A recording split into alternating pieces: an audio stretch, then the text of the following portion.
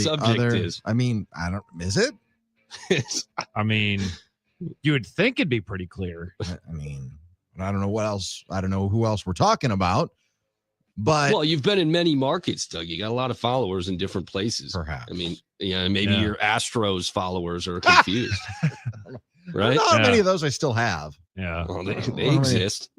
They may, perhaps. Yeah. The well-traveled man, Doug Russell. The answer is, according to 94%, by the way, you can find me on Twitter, or as the kids call it, X, whichever. I guess it's proper, whatever. I'm over-explaining again. You can find me just at Doug Russell. Very simple. You can vote. You can be one of the 1,031 views and hopefully more than the 215 people who've actually voted on it, which, again, I don't understand. 94% say the way they lost as opposed to that they lost. Because going into last night's Monday Night Football game, you had a feeling that the Packers, they had a tall task ahead of them. What you didn't anticipate was that the defense would play out of their minds, and they did, against a really good offense. Jalen Hurts is a good quarterback. Saquon Barkley ran for 2,000 yards last year. There are weapons all over the field. The Packers' offense was inept again last night. And if it were just a one-off, that would be one thing. But this offense is sputtering right now. And this offense is predictable right now. And this offense can't really get anything accomplished right now. They weren't even penalized much last night. They had 4 penalties. You can live with that. 4 penalties for, I think, 30 yards. I got the stat sheet here. Yeah, the timing of them, though, the timing was rough. Yeah, the timing. Yeah. 4 for 20. Yeah, you can live with that. 20 yards of penalty. Yeah, I think that's maybe their season low. Yeah, you can live with that. They did lose a couple of fumbles. That wasn't great. One was at the end. It didn't really matter. That was more, but the Jordan Love fumble was critical. Third down efficiency, 5 of 13. Not great, but not fatal. Not great, not terrible.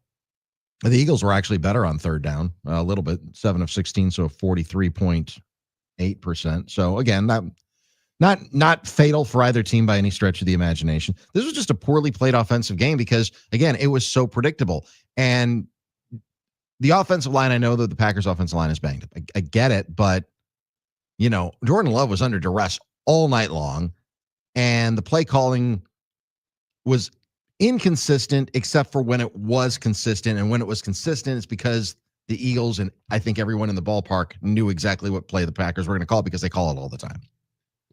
Yeah, consistent and predictable are kind of interchangeable terms there. When, you're consistently calling it, but you're calling the same play over and over to the point where the defense is calling it out, and they can see the play before you even finish lining up in formation. They know exactly what you're going to be running. They were calling it out. It's the equivalent to tipping pitches in baseball. I mean, if you got a hitter that knows a curveball is coming or knows a fastball is coming, or that it's going away, or that it's coming inside, if they know, they're going to be able to turn on it. They're going to be able to hit it and do some damage. It's the same kind of thing. If the defense knows what kind of play you're running and they can call it out before you even finish setting up, it's going to cause problems for you. Well, you know exactly what the Eagles are calling 5, 6, 7 times a game. Oftentimes it's the tush push. So maybe that's Mariano Rivera's cutter. You knew it was coming, still couldn't hit it. But the Packers needed a gosh darn tush push in that moment. I talked to myself in my living room watching the game alone, and I say, they could use a tush push right here. I mean, if the Eagles had that play, that was the opportunity in front of them, they convert it. They get a first down. Wait a minute. Are you suggesting that they go under center on 4th and 1? How dare you? Who do you think you are? I mean, haven't you learned from Phil Longo and Matt LaFleur that you can't go from under center on 4th and 1? What are you thinking? Yeah, I think that last play, it's going to stick out, obviously, because it's the most crucial, most, impactful play of the game. But, it didn't necessarily matter. It was not a masterclass by any means across the board in play calling. That was just the cherry on top. You look at this game last night, it was pretty damn even across the board. The turnovers proved to be the difference. That's it. The Eagles did not play particularly well on offense, and the Packers certainly didn't play well on offense. But they are who I thought they were, the Green Bay Packers. I don't want it to be the reality coming into the season. Again, I did not think that they were a lock to make the playoffs. And right now they're playing like a team that is going to have to fight and claw their way into the postseason, because as they enter week 11, they're in third place in their division. I want to talk about trust for a second and why Matt LaFleur doesn't trust a couple of his guys. I don't know that he trusts Jordan Love right now. I don't know that he trusts Brandon McManus right now. Brandon McManus, okay, you trot him out for a 64-yard field goal. That's a hard field goal to make. I get it. No Packers hit a 64-yarder. Okay. Wasn't even close, by the way. He was close on the warm-up when he got talked to by the referee, but saying, don't do that. You can't do that. We're going to call a penalty if you do that again. The other one is, here's the one that sticks in my craw, though. An NFL kicker needs to be able to at least have a shot at a 57-yard field goal when you need to hit a 57-yard field goal, as opposed to Matt LaFleur punting the ball on the 40-yard line, knowing that there's a very good opportunity for it to happen. It was close, but nevertheless, it was a touchback. And that's when Philadelphia, I'm not saying because of that play, that's why they drove down the field, and Devontae Smith had a great catch for a touchdown. He's an exceptional receiver, and it was one-on-one coverage, safety over the top. It was tough. I mean, that's a hard play for, I thought Evan Williams played it as best as he could. That's not, the issue is, why aren't you kicking the field goal there? I know it's a 57-yarder, but your offense hasn't done squat all night long. Do you trust your kicker or not? And if you don't trust him, you have a second one on your roster. No other team in the NFL has two kickers on their roster. Haversick wasn't active, so he couldn't trot him out there. He's still on the 53. If you don't trust Brandon McManus to hit a 57-yard field goal, he shouldn't be there. Yeah, I think the weather conditions paired with the injury recovery. Bo Melton steps on the line. I get it. Had they pinned him inside the 10, inside the 5, it would have been at the 1. You know, there's value in that. Yeah. I mean, there is value in that, but again, there's also value in points. Your offense hasn't done anything. Listen, if Brandon McManus can't hit a 57-yard field goal, or you don't think that he can hit a 57-yard field goal, you've got someone on your roster who just hit a 61-yarder a couple of weeks ago. Yeah, and I really don't think the weather was that bad. Was it? It was cold. Chilly? Yeah, it was cold, but it really wasn't that bad. It's not like it was. Was it windy? No, the wind was at least according to now. I know sometimes it swirls on the floor of the stadium, but the wind was blowing south, and he was kicking toward the south end zone, or would have been kicking toward the south end zone. So he had it at his back. It would appear so, yes.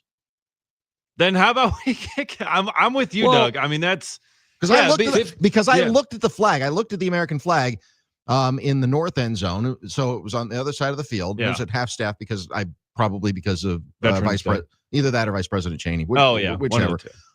Doesn't matter. I mean, it does, but you know what I mean. It was at half staff. It was at half staff, yes.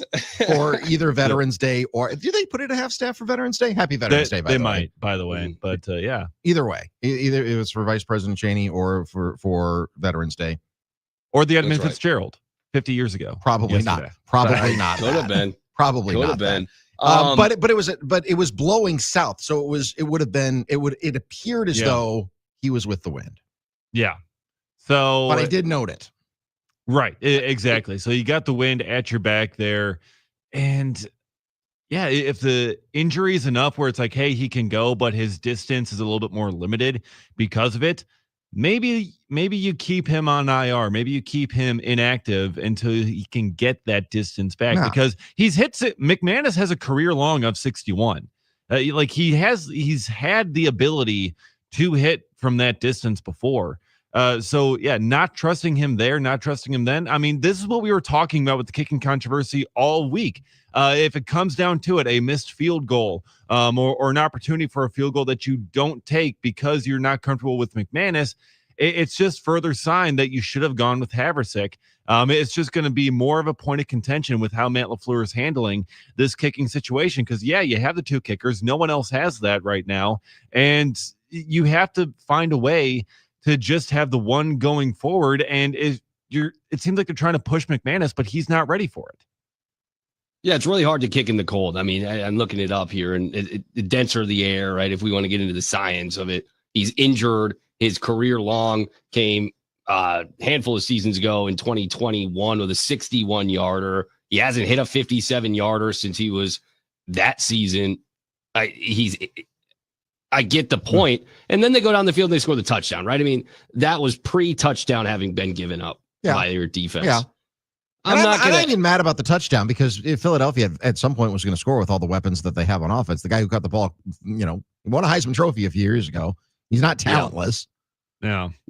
No, he's not. They're an incredibly talented offense on paper, but they've been not good, right? Saquon has been probably a natural regression after what was a 2,000-yard, 340 touch season, I believe, last year, and then maybe counting the postseason closer to 400 touches. I mean, that's a lot of wear and tear on one body, shorter off season. I just look at last night. The fumble in the first half before the break is a backbreaker for the Packers. Love trying to do too much in the pocket, fumble recovery by the defense, going into the break tied. Philly comes out, punches you in the mouth with an 8-minute possession, puts points on the board with Jake Elliott. And you're fighting an uphill battle in a home crowd that was fighting to even stay fully into the game. One of our sales staff members, who's a Bears fan, so you got to take what he has to say with a little bit of a grain of salt in some ways. He was there and he said the energy was just terrible. I mean, people started checking out because nothing was happening. Offensively, nothing could get going. And that's what I get. Defense excites people, but what drives a crowd is offense. I'm sorry. I mean, no one gets as far excited for a defensive stop as they do for a big offensive play. I feel like you're okay with this loss, Nick. Well, am I okay with it? I feel validated a little bit. I want the Packers to be the team that they should be, and they need to be punched in the mouth and wake the hell up at some point. I thought the Carolina loss would have done that. Well, I think that this is one of those where, for what it's worth, maybe they had put so many of their eggs into this basket for this Eagles game that maybe they looked past the Panthers. And prior to that, they had the Steelers. So maybe if they put all their eggs into the basket for the, I mean, how empty is their basket? I think this is an actual wake-up call. I think last week they look at it and they say, God, we just played down to our competition. Here's an opportunity to really prove ourselves because we are one of those teams. We are one of the best teams in the league, and we're going to show it at home against the Eagles in a primetime matchup. You only get 17 of these.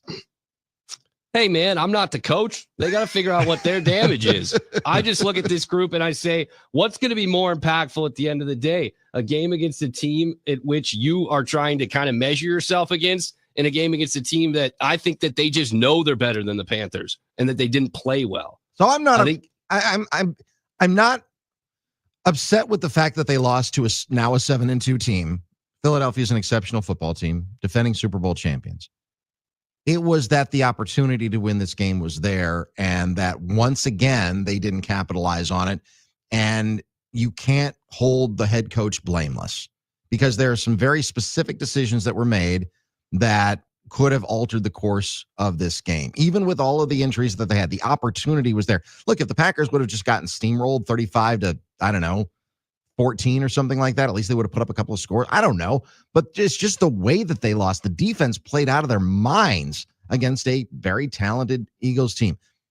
And yet the offense, the predictable play calling, the fact that Philadelphia is calling, like Dave was saying, and we'll hear it from Josh Jacobs coming up in a few minutes, the fact that Philadelphia was calling out the play when you needed to get a yard, the fact that they're going shotgun in 4th and 1, the fact that you don't trust your kicker. And you said, well, Brandon McManus coming off an injury, maybe he's still injured, then he shouldn't be out there. You've got another guy. The fact that you don't trust him in, to kick a 57-yard field goal, to even attempt a 57-yard field goal when your offense has been completely inept the entire game. All of these things are adding up to, I'm not sure that Matt LaFleur, I think he's a good coach. I don't know that he's an exceptional play caller right now, because everything seems so predictable. And when, like I said, when the other team and everybody in the stadium knows what the most important play call of the game is going to be, that's a problem. Yeah, and maybe it's time to switch play callers. I mean, we saw the Lions this past week changing play callers, and I believe it was Campbell that took over, and they put up 44 points. So maybe that's something maybe that's a conversation that Matt LaFleur needs to have with Adam Stenavich. Maybe that's something that they need to figure out and see if that Brian Dable's available. Maybe he's a good offensive mind. I don't know that he was a great head coach, but at least somebody to come in and take a second look at it. Mike McCarthy's in town. Have Mike McCarthy, bring him in and ask his opinion. Remember when McCarthy, he gave up play calling for a little bit too, didn't he? Yeah, for like 2 minutes, and then no, he's like, I'm going to take this right back. At least, but get a fresh set of eyes on it is what I'm saying. Even if Matt LaFleur doesn't give up play calling duties, put a fresh set of eyes on it. And I don't mean Adam Stenovich. And I made this point last week. You look at Mike Holmgren's first staff in Green Bay, and there are, I think, 6 future NFL head coaches, including Andy Reid, including John Gruden, including Steve Mariucci. Dick Duran was on that staff. I think that Jeff Hafley is a future NFL head coach. I don't think anybody else on this staff is. And when you're talking about coaching talent, everyone knew the track that Andy Reid was going to be on. Everyone knew the track. I mean, Ray Rhodes was on his first staff. Ray Rhodes was a future NFL coach of the year with the Philadelphia Eagles. I look at this staff and I'm like, I see Hafley. I don't know that I see anyone else. And I don't know if that's by design. I don't know. I'm struggling with this, but I see a lack of fresh, just a fresh approach. Just get somebody else to look at it. That's one of the reasons that he brought in, for example, Robert Saleh last year to kind of take a fresh look at things. Do you get on the phone with Brian Dable? Yeah, that's what I'm saying. Yes. Mm-hmm. Sure. Bring him in. And especially this week with the Giants. I mean, the Giants suck. They're terrible. Yeah, what are you going to do? Yeah. But he's going to scout his old group. That's a good point. But he was a huge part in New England for a while. And then obviously with Josh Allen, then he gets the job as the head coach in New York. And Jackson Dort has looked certainly good enough this year. That's an interesting point. Like Dave points out the play calling changes in Detroit. I mean, you had 2 guys that you trusted could do that job. I don't know who the hell is next up in Green Bay. Like, who do you even look to as a guy that you'd say, yeah, that's a future offensive coordinator elsewhere? Is Adam Stenovich even capable of calling plays? He calls plays in the preseason, for what it's worth. I mean, so he has done it. Sure. So I mean, he's that guy. I mean, he is the dude you'd lean on. Yeah, but he's calling it for Israel Abanikanda and Amar Johnson and all those other guys. Tom Clements out of retirement. I don't know. I don't think Tom's coming back. Probably not. I mean, I don't know that Sean Mannion's very early in his coaching career, but I don't know if he's a future offensive coordinator. I mean, he was a player just a couple of years ago. I don't know. It's a question that I think is fair to ask, though, honestly. Yeah, definitely now. I mean, even Schneidman leaned into it. He put out a piece about LaFleur potentially coaching for his job now. And that felt like something that people would not even exercise in the preseason. Wouldn't even think that it's a possibility. And now it's like he may lose his job.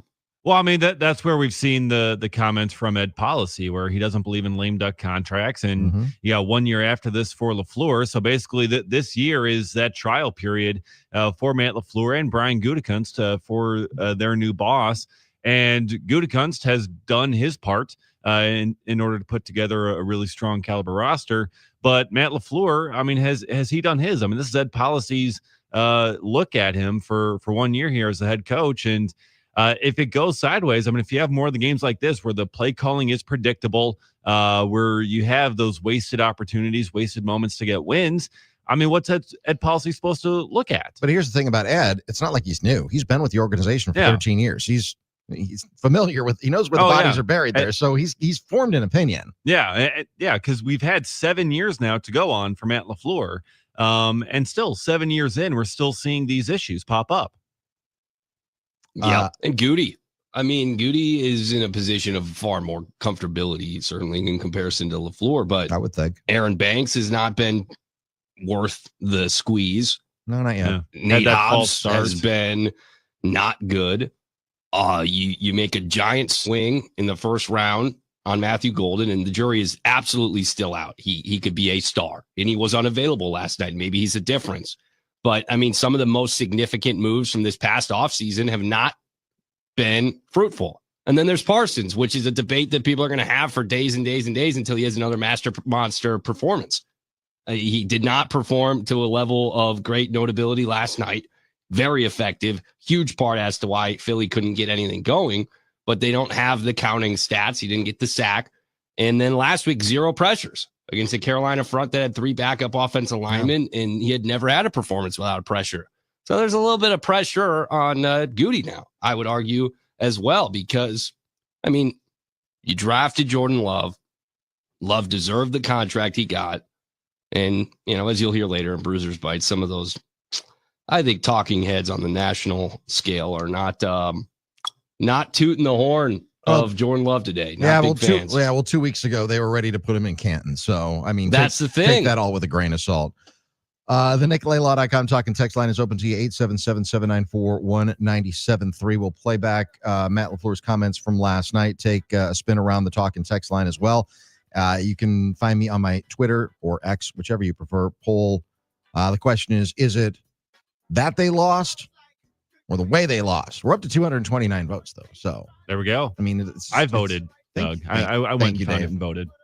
Appreciate you. And I voted for the way they lost. Okay. I used the company account to retweet it, but I guess I didn't vote it. So Nick. As well.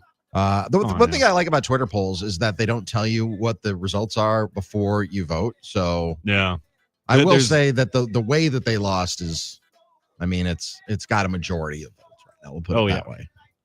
So feel free to hit me up on Twitter or X at Doug Russell. Dave, yours is at DGasper24. At DGasper24. And Nick? Twitter? At Nick Brusewitz. That's Brusewitz, Brusewitz. Thank you. Because sometimes the sports director forgets how to spell it too. It's okay. I was fortunate enough to get my actual name on X, and every time I think about changing it, people always tell me, don't do that. No, don't do that. You don't get your own name always. It's true. You don't.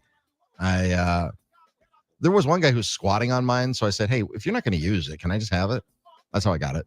Oh, nice. Yeah. That's nice. Yeah. He was, well, it took him 3 years to get back to me because he was squatting on it. This reminds me of, did Dan fix it? Dan O'Donnell has the wrong WIBA tagged in his handle. It's funny. Gone now, but it was in his bio, and it was a guy named WIBA. Nice. Yeah. We'll hit again, spin around the talking text line when we come back. Also, we'll hear from Packers head coach Matt LaFleur. Still to come, we'll hear from Jordan Love, Josh Jacobs, Micah Parsons. They all had something to say after last night's game. Patrick Herb will join us after a big Badgers win. I know you guys talked about it a lot on yesterday's show. So he'll join us coming up at about 12:35 or so. And Nico Harrison, we hardly knew ya. It was the Bucks who put him out. No, it was something else that eventually took him out. But we'll get to that coming up a little bit later on in the program as well. D.N.D, Doug Russell, Nick Brusewitz, and Dave Gasper. Stay with us. It's the Game Radio Network. In the basement. What? I'm just kidding like Jason. Unless you're gonna do it. Extra, extra. Yeah. Spread the news. Jack and Nelly took a trip from the Luda to Neptune. Came back with something thinking it. Stay tuned. Yes. D.N.D will be back in just a moment.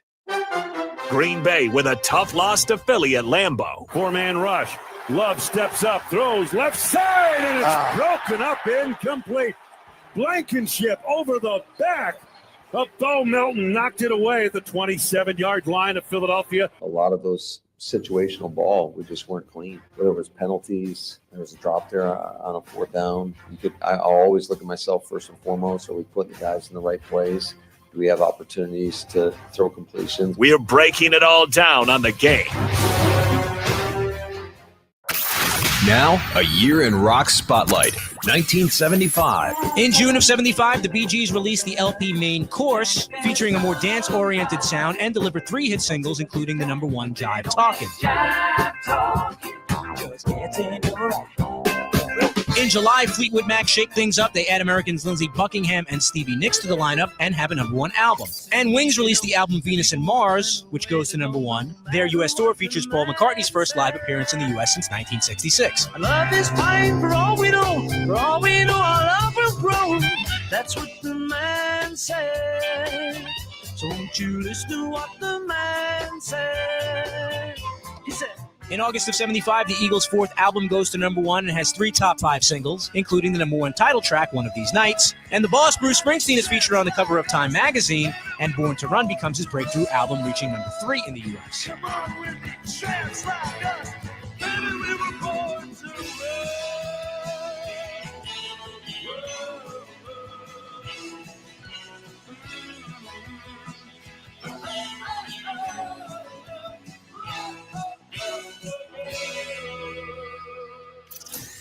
Keep listening to iHeartRadio for more from 1975. Coming up. If you missed D.N.D, you missed out on this. Paul Brettel joining us from ESPN Lacrosse, the Wisconsin State Journal, and NBC 26 on the Packers beat. What's been your assessment through the first half of Matthew Golden's rookie season? Yeah, it's obviously been a mixed bag, right? I think not just looking beyond the production for him, I think when a lot of those receptions have happened are critical and illustrate where he's at in the offense in terms of understanding and also his trust with Jordan Love. I mean, there was that big fourth down play he had in overtime against Dallas. He's had several big third down receptions throughout the season as well. So I think when the production comes, I think speaks quite a bit to where he's at in the offense. And like I said, that rapport with Jordan Love. And in terms of getting him involved more, right, more regular opportunities, that's so much of that. And the coaches have, LaFleur, Adam Stanovich, Jason Vrabel have all talked about this. So much of it is game plan and matchup oriented. There was this one play against Arizona where Golden caught the crosser and then he ran out of bounds, and it was the one where he ran into the police officer on the sidelines, I believe it was. Vrabel said they dialed that play up for him 3 other times in that game, but because of how Arizona was guarding him or defending that play as a whole, it didn't make sense for Jordan Love to throw the ball there. So just because the ball isn't always finding Golden right now doesn't mean that the Packers coaching staff don't have play calls for him. Doesn't mean that they're not trying to, but so much of what happens on a play is dictated by, all right, what's the defense doing? And one of the things that Jordan Love does do a really good job of is taking what's there, right? All right, what's the defense doing and who's open, regardless of who it is. Could be Christian Watson, could be Malik Heath. The ball most times is going to go to who the open player is. So there definitely is an effort to get him the ball. And I do think with Tucker Kraft being out, and as the Packers look to find ways to recreate that yards after the catch ability that Kraft brought to this offense, I think you're going to look outside the tight end position a bit for some of those opportunities, and getting Golden the ball on shallow crossers, a slant, quick screens, finding ways to get him the ball in space can help recreate that element. And then I think that'll also double as a way to get him more involved as well. Listen to Doug, Nick, and Dave every weekday from 10 to 2 right here on The Game.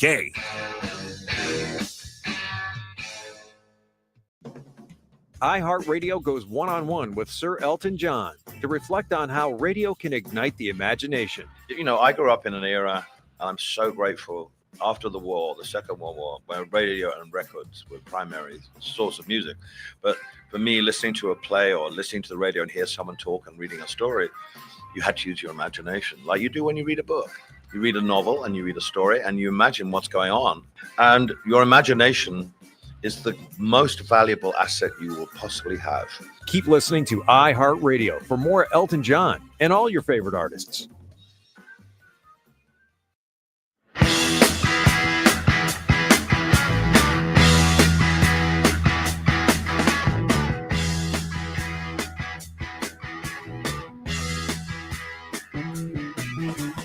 Get your motor running. It's D.N.D. Craig Russell, Nick Kruswitz, and Dave Gasper. The talking text line open to you at 877-794-1973. Ron in Dallas. This comment by LaFleur's best friend 3 years ago felt real damning to me regarding the mentality of the team under LaFleur. 3 years later, it still feels relevant. Quote, Robert Saleh sharing this halftime speech with the media. Just keep giving the Packers body blow after body blow. Keep hitting them in the mouth. We felt like if we kept taking them down to deeper water, they'll find out that they can't swim. Woof. Oof. Oily Phil, the last play of the game, why not throw the Hail Mary? Maybe you get a defensive penalty and it's a spot foul. Now you can kick a field goal. That would be closer. I mean, if you didn't trust McManus to hit a 57-yarder, you're going to trot him out for a 64-yarder. But the thing is, that one that he wasn't supposed to make when he got the Stern talking to, he almost made it. Yeah. Just a little bit that was short. my concern. You're talking about a guy with an injured quad. I told Abby, we were watching the game, I said, that was probably his best bet. I mean, maybe you only got so much juice in your leg in a 2-minute span. He put everything into that thing and left it short. You think he's going to be able to do it again? Better? I don't know. Brian in De Pere writes, since you guys are talking about kicking, did you see where McManus said he hasn't even felt semi-healthy until this week? Maybe LaFleur's approach of not talking to kickers should be reconsidered. Yeah, I think it should be reconsidered. Yeah. They are kind of an important part of your team, even though they don't play a ton. But when they're out there, it's generally pretty important moments. So, yeah, I think that's someone you gotta talk to more. And if he hasn't felt semi-healthy this whole time these past couple of weeks, what are you doing putting him out there? Yeah. I mean, that is just malpractice. Tommy in West Dallas writes, it's kind of hard to gauge because even when there wasn't pressure, Love looked so shook that he was ducking phantom pass rushers. He has happy feet, and if his first read is not there, unlike most quarterbacks, and by most I mean all, he doesn't step in the pocket and turns and runs backwards like a Pop Warner quarterback. There are times he locks onto his first read. I saw that a couple of times last night. Yeah. And when you lock onto your first read, oftentimes you've got somebody who's broken free. And when you don't see him, when you don't go through that progression and you're locked on that first guy, I mean, I think we saw that a couple times. He doesn't have a first guy either that you can essentially lock onto and have a 50-50 shot no matter what. I'm just saying on any particular on a Yeah. particular play. I'm Right. not saying that they've got a WR1 like, when Devontae They Adams should, was though. here. If you're going to lock on to somebody, I agree. you better be a guy that you think can catch anything. Yeah, Bo Melton was out on the field on offense way too much last night. Yeah. Dropped two Looking like a crucial passes. corner. Yeah, he did look like a corner because he kept defending balls and batting That's them to right. the ground. That's right. Which is not Using the his job of a hands wide to receiver. deflect them. Yeah. It's bad. It's bad right now. They're very thin at wide receiver. Dobbs goes down last night too. It's you got to beat the Giants. Well, Bo Melton, I don't know, is the answer. No, it can't be. He can't be. I mean, and then you saw McCole Hardman, who wasn't the answer and wouldn't have been anyway. Now he's with the Bills practice squad. Yeah. You got to find someone with experience and ability. If you're on the practice squad, you can get him back. If you sign him, That is true. Yeah. That is true. So if they need him back, they can get him back. Give me McCole back. Okay. Yeah, I'm just saying. I mean, I'm not saying if it's McCole. I'm just saying that they're hear thin you. at that position, and I think Dontavian Wicks had some good moments. He played well. Yeah. I thought Wicks and Watson played well. Watson said, he should have caught that one That in hit the off his first helmet. half. Yes. Yeah. That hit him in the helmet. Clearly he was trying to ensure that there wasn't an interception. But he had the better crack at the ball than the corner did. But I thought Watson he made some contested catches. He ran some strong routes. We can hash out. They were talking about it on Carry the G just now before we took over. They were talking about, someone had texted in, I think his name was Matt, that Love should have led Watson towards the sideline. And they were trying to figure out in what that was referenced to. That was in reference, in my opinion, to that last possession of the game. Love took a deep shot. He led Watson up the field. He had beaten DeJean to the boundary. Instead, he led him up the field, and there was an incompletion with about 20 seconds left in the game. I mean, Watson has been really good since he returned. If there's credit to be given to anybody, he's looked really strong. No rust. No rust, but they need to use him more, though, too. They need to, he wasn't, I think he was only targeted 4 times last night. And that's kind of been his career, right? I mean, I think that's been what his role has been. I mean, last year when we had a handful of touchdowns, but he did not have a ton of catches. And that was kind of like where they had played him. Right. But at this point, when, other guys are down, I mean, No, right now, he's your top wide receiver. Yeah. He had 4 targets, 2 catches on 4 targets. Yeah. And led the team 45 yards. Yeah. So he's got to get more involved in the pass game as well. All right. Let's hear from the head coach, Matt LaFleur, your head coach / offensive play caller. This was his news conference after the game, in case you missed it. I was proud of our guys' effort.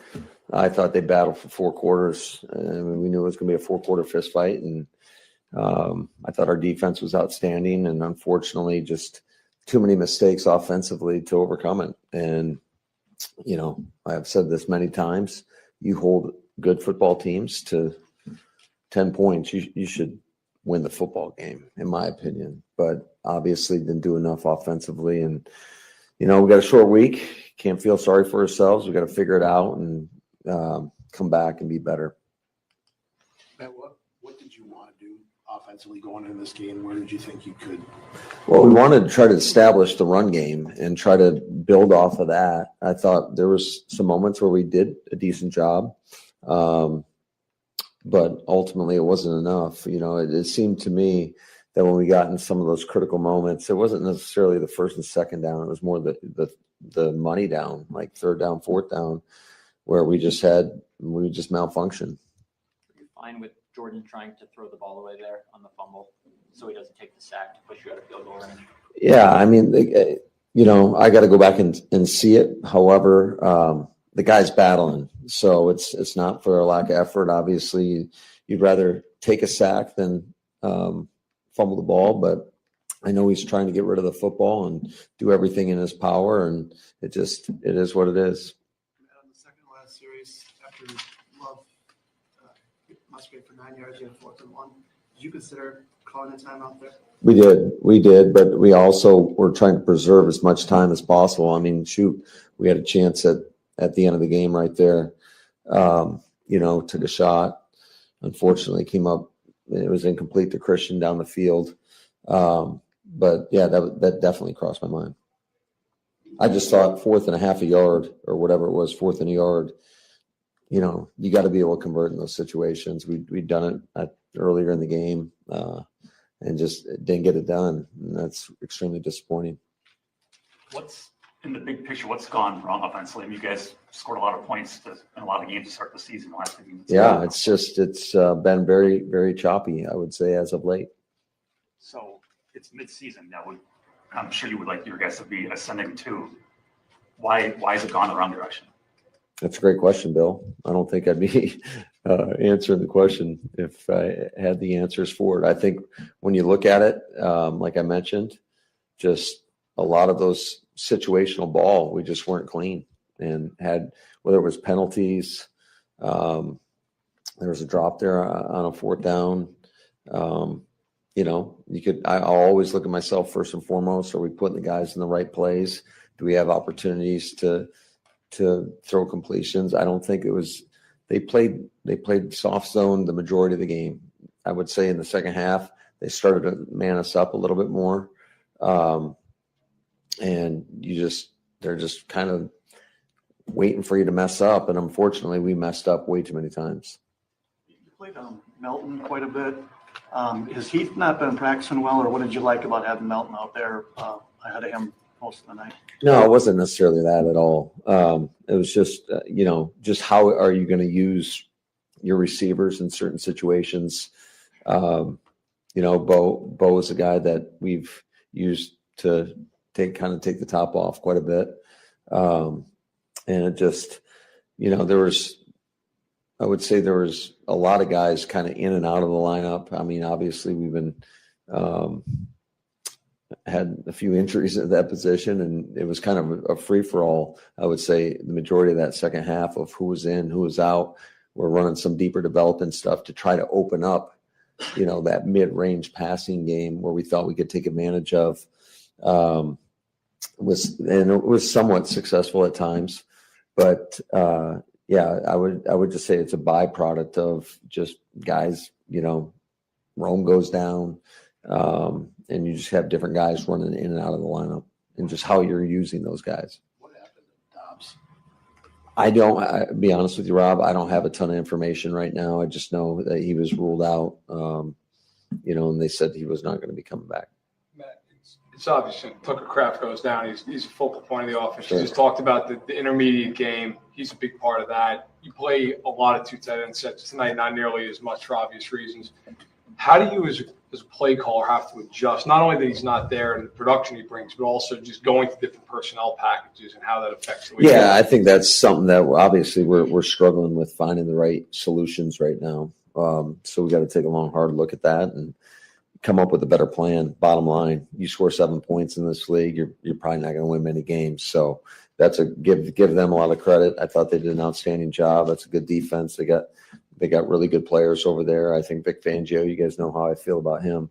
But ultimately, we have to do a much better job, and it always starts with myself. I understand you guys are 5-3-1, still have a Sure. playoff spot right now, and you're going to say you're always coaching for your job, but you don't have a long-term extension. With the way things have gone this season, do you think you're coaching for your job? I'm not. I'll leave that for everybody else to decide. I'll just focus on the day-to-day and trying to do. I feel like you're always coaching for everything in this league. That's just my mindset. It's always been that way. You can't ever exhale. You got to always be pushing, and that's just my mindset. So, and that will be my mindset until they tell me not to coach anymore. And how much does Bo get work on offense versus defense in practice? And did you and Goody talk about elevating Shepard or Nayor? Yeah, that was certainly all that was in part of the discussion. But this week we thought it was best for us. I mean, Bo hasn't played a ton on defense. We thought we could use the speed element that he possesses to help open some things up offensively. I'm just wondering because I think you could say he had the drop and then he aligns and gets that penalty. Looked like he kind of found his footing after that, but is that tough to put a guy? Yeah, absolutely. That's not easy. I commend his effort, man. That guy he's 100% wired the right way. I'm not at all disappointed with his play. It's not an easy thing to do what he was asked to do. So we certainly appreciate just what he does for this football team. He is a team first guy that brings great energy every day. I love Bo Melton. And I understand teams are playing you soft the way they are. Your quarterback's played a lot of good football over the years. You're paying him a lot of money. How do you find a way to still get the ball in his hands and make the kind of plays, even though teams are playing you that way? Can you? Yeah, I mean, I think we gotta. There's a lot that goes into that in regards to how we hit certain concepts down the field and how we're getting guys in the right spots, as well as being able to protect. I do think one thing that could help us immensely is we've got to get back in. If the running game, not that I thought it was solid tonight. It was effective. But the more you can keep teams off balance, if you're really humming, that alleviates a lot of stress on your offense. And that's an area that, I mean, every area we got to be a lot better in. You mentioned the run game. Josh Jacobs last year had a huge year, and this year he's had some good games. He's had some games that the running game hasn't gotten probably the way you want it to go. There's just specific moments like, you get a first down and then you hand the ball off and you get hit in the backfield. That's not on Josh Jacobs. You lose 4 yards right there. You're in 2nd and 14. Now you're get back on track situation. So I just think the consistency at which we do things, we just can't have some of these plays where you're losing that you might as well throw the ball and get sacked. I mean, it's just the reality of it. You guys obviously started the season with some really high hopes, especially after getting Micah. How's the locker room? Can you keep them together? Is there any? Yeah, I'm not worried about that. We've got the right guys in the locker room. I'm absolutely not at all concerned about that. We just have to find a way to win a football game, and we got to start by playing really good complementary football, which unfortunately we haven't done. And I feel like we've wasted a few performances. Really, championship level defensive performances, and haven't been able to score enough points. Yeah, I would agree with that assessment. They have squandered a couple of opportunities and some really great defensive performances. And again, the schedule gets easier this week, but then you've got Minnesota, Detroit, Chicago in back-to-back weeks, right? So and then at Denver. Denver. Maybe the best defense in the NFL. Maybe. So they've got some work to do. And I think that fresh eyes are what needs to take place. They just take another look at it. Mike McCarthy, you're in town. Just what are you seeing? I'm not saying hire him. I'm just saying, what do you see? Nate Hackett, you've got no job. Might as well. Well, what do you see, Mike Shane Waldron? They'll bring in all the guys who have been fired. Yeah. Mike McCarthy has won a Super McAdoo? Bowl. Mike McCarthy is in town and has won a Super Bowl. Okay. Matt Patricia. Well, he's employed by somebody else. Well, yeah, but I mean, he might want to dabble back into play calling like he did in New England for a year. I'm just saying, if you've got guys that are available to you, seems like Mac is welcome back into the family, right? Right. What do you see? What are you looking at? When you look at this? Yeah. You're a highly collection? successful NFL head coach. Well, I mean, he's got a Super Bowl ring. How many head coaches have one? Well, the Packers saw one last night that has a Super. Never mind. They has, yeah. Keep them coming on the talk and text line, 877-794-1973. Still to come in the show, we will hear from Jordan Love. We'll hear from Josh Jacobs. We'll hear from Micah Parsons. They all had something to say after last night's loss as well, 10-7 to the Super Bowl champion Philadelphia Eagles. Also, Patrick Herb is going to join us, and you guys had a chance yesterday, and I haven't had a chance to revisit it all, but what a performance from the Wisconsin Badgers defense on Saturday night, and the fact that they beat a ranked team, pressure release valve, stop the losing skid. Yeah, they stormed the field. You know what? It's been a long year. The kids needed to storm the field. All of that and more coming up. Stay with us. It's D&D, Doug, Nick, and Dave on the game.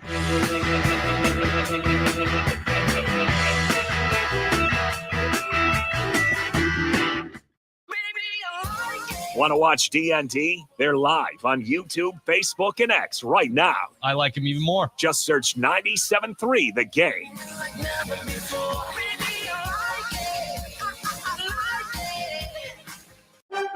The Packers fall at home to the Eagles on Monday Night Football. We're not getting any consistency right now. We're not getting into a rhythm. We'll have a good play here, and then it kind of we'll have a negative play, whether it's a turnover, penalty, drop, sack. It's a lot of things. So it's just finding ways to keep the positive plays going and avoid these negative plays that we're getting. But I think we're just kind of shooting ourselves in the foot right now and getting in the funk of, having some good plays and then not building off them properly and, having a play that might hurt the drive and we can't overcome it. We're reacting to the loss all day on The Game. Now, a year in rock spotlight from 1977.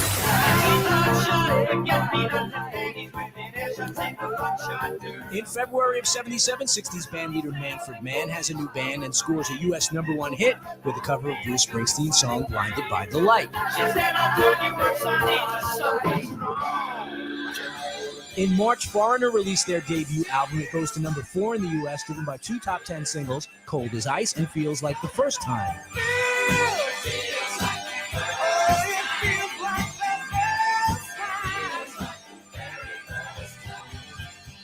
Philadelphia blue-eyed soul duo Hall & Oates have their first U.S. #1 with Rich Girl from their 5th album, Bigger Than the Both of Us.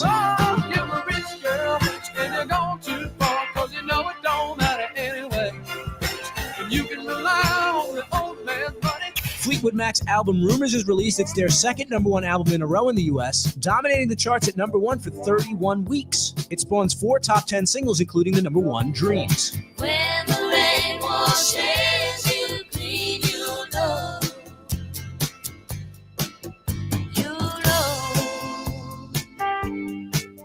Keep listening to iHeartRadio for more from 1977. Coming up. Now, a year in rock spotlight. 1971. The Doors released their 6th and final studio album, L.A. Woman, while Paul McCartney releases his 2nd solo album, Ram, which goes to #1 UK and #2 US. The album includes several jibes at John Lennon and the #1 single, Uncle Albert Admiral Halsey.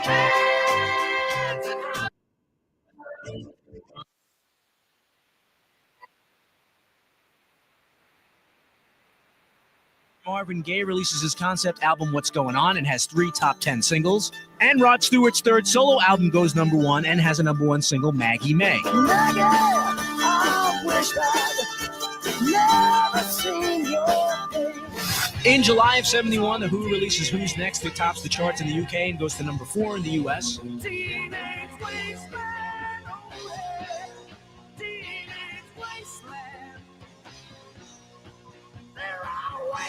The Allman Brothers released their breakthrough live double album at Fillmore East. And in August, the concert for Bangladesh, organized by George Harrison and Ravi Shankar, is held in New York City. In addition to the organizers, Eric Clapton, Bob Dylan, Badfinger, Leon Russell, and Billy Preston appear. Feel my guitar gently.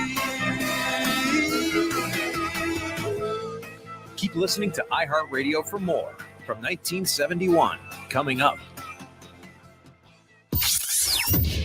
Now, a year in rock spotlight, 1967. Van Morrison, formerly of the band Them, has a #10 hit as a solo artist with Brown Eyed Girl.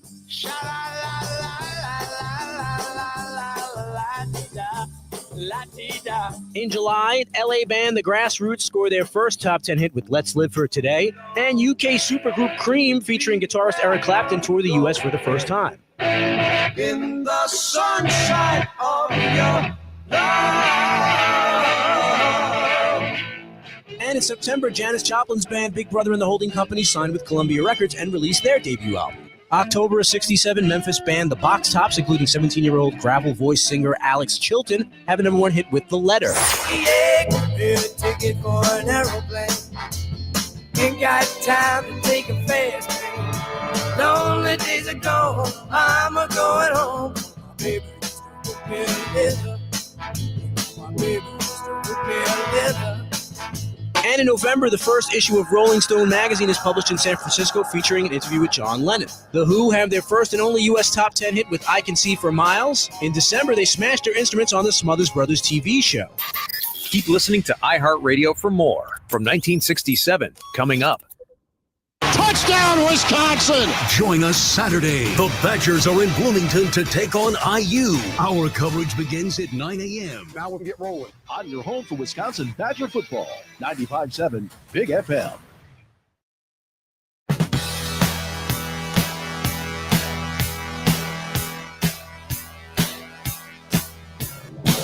I got good news.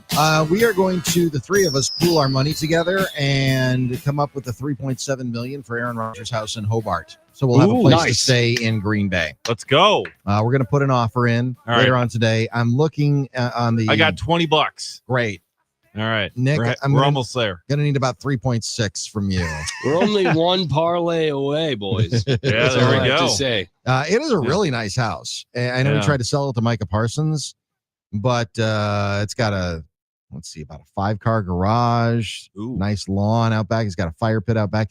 He's got an outdoor kind of a sport court kind of thing that has a basketball configuration and a pickleball configuration. All right. So a lot of rich mahogany.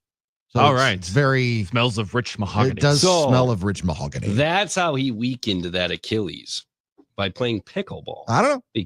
Perhaps pickleball has been leading to a lot of lower leg injuries, whether that's ankle, Achilles, knee. Here's the problem with pickleball. When it got mainstream, because it used to be an old person sport, because my parents down in Florida at their retirement community, because when you live in Wisconsin, you reach a certain age and you have to move to Florida because that's the law. Yep. That's for old people. And then when young people started playing pickleball, that's when it got crazy. Oh, yeah. That's when we lost the narrative. Yeah. That's when it became, oh, no, this is a sport that you don't have to run a whole lot about. Yeah, because it was designed for old people. Yeah. My dad's 85. He plays pickle. You know why? Because he's 85, and that's what you do. Yeah. Well, now, depending on how you play, about you could be having him run back and forth, depending on how competitive you want to be. We only got a couple of seconds here, boys, so we got to talk more about this on the other side. So we got pickleball and more coming up next on D.N.D. All right, stay with us. Hour number 2 coming up. You are listening to D.N.D. with Doug, Nick, and Dave. This pains me to say this, but Dave's right. Hey, why does that pain you to say? I'm right quite a bit, I think. Middays here on the game. Green Bay with a tough loss to Philly at Lambeau. Yeah, it's tough. Like I said before, it's disappointing. It's frustrating. You feel like as the offense, you're letting the defense down because they're doing such a great job. Obviously, it's a really good offense over there. And, they stopped them for the majority of the game. And, we just didn't find ways to score. And it's just not good enough. So it's definitely frustrating. But we'll find ways to overcome this and to be better, for sure. We are breaking it all down on the game. iHeartRadio. Here are the top Eagles songs that you've thumbed up. Number 3, Life in the Fast Lane. He was too tired to make it. She was too tired to fight about it. Life in the fast lane surely make you lose your mind. Life in the fast lane. Life in the fast lane. Everything all the time. Number 2, Take It Easy. Take it easy. Take it easy. Don't let the sound of your own wheels make you crazy. Come on, baby. Don't say nay. Number 1, Hotel California. There were voices down there calling.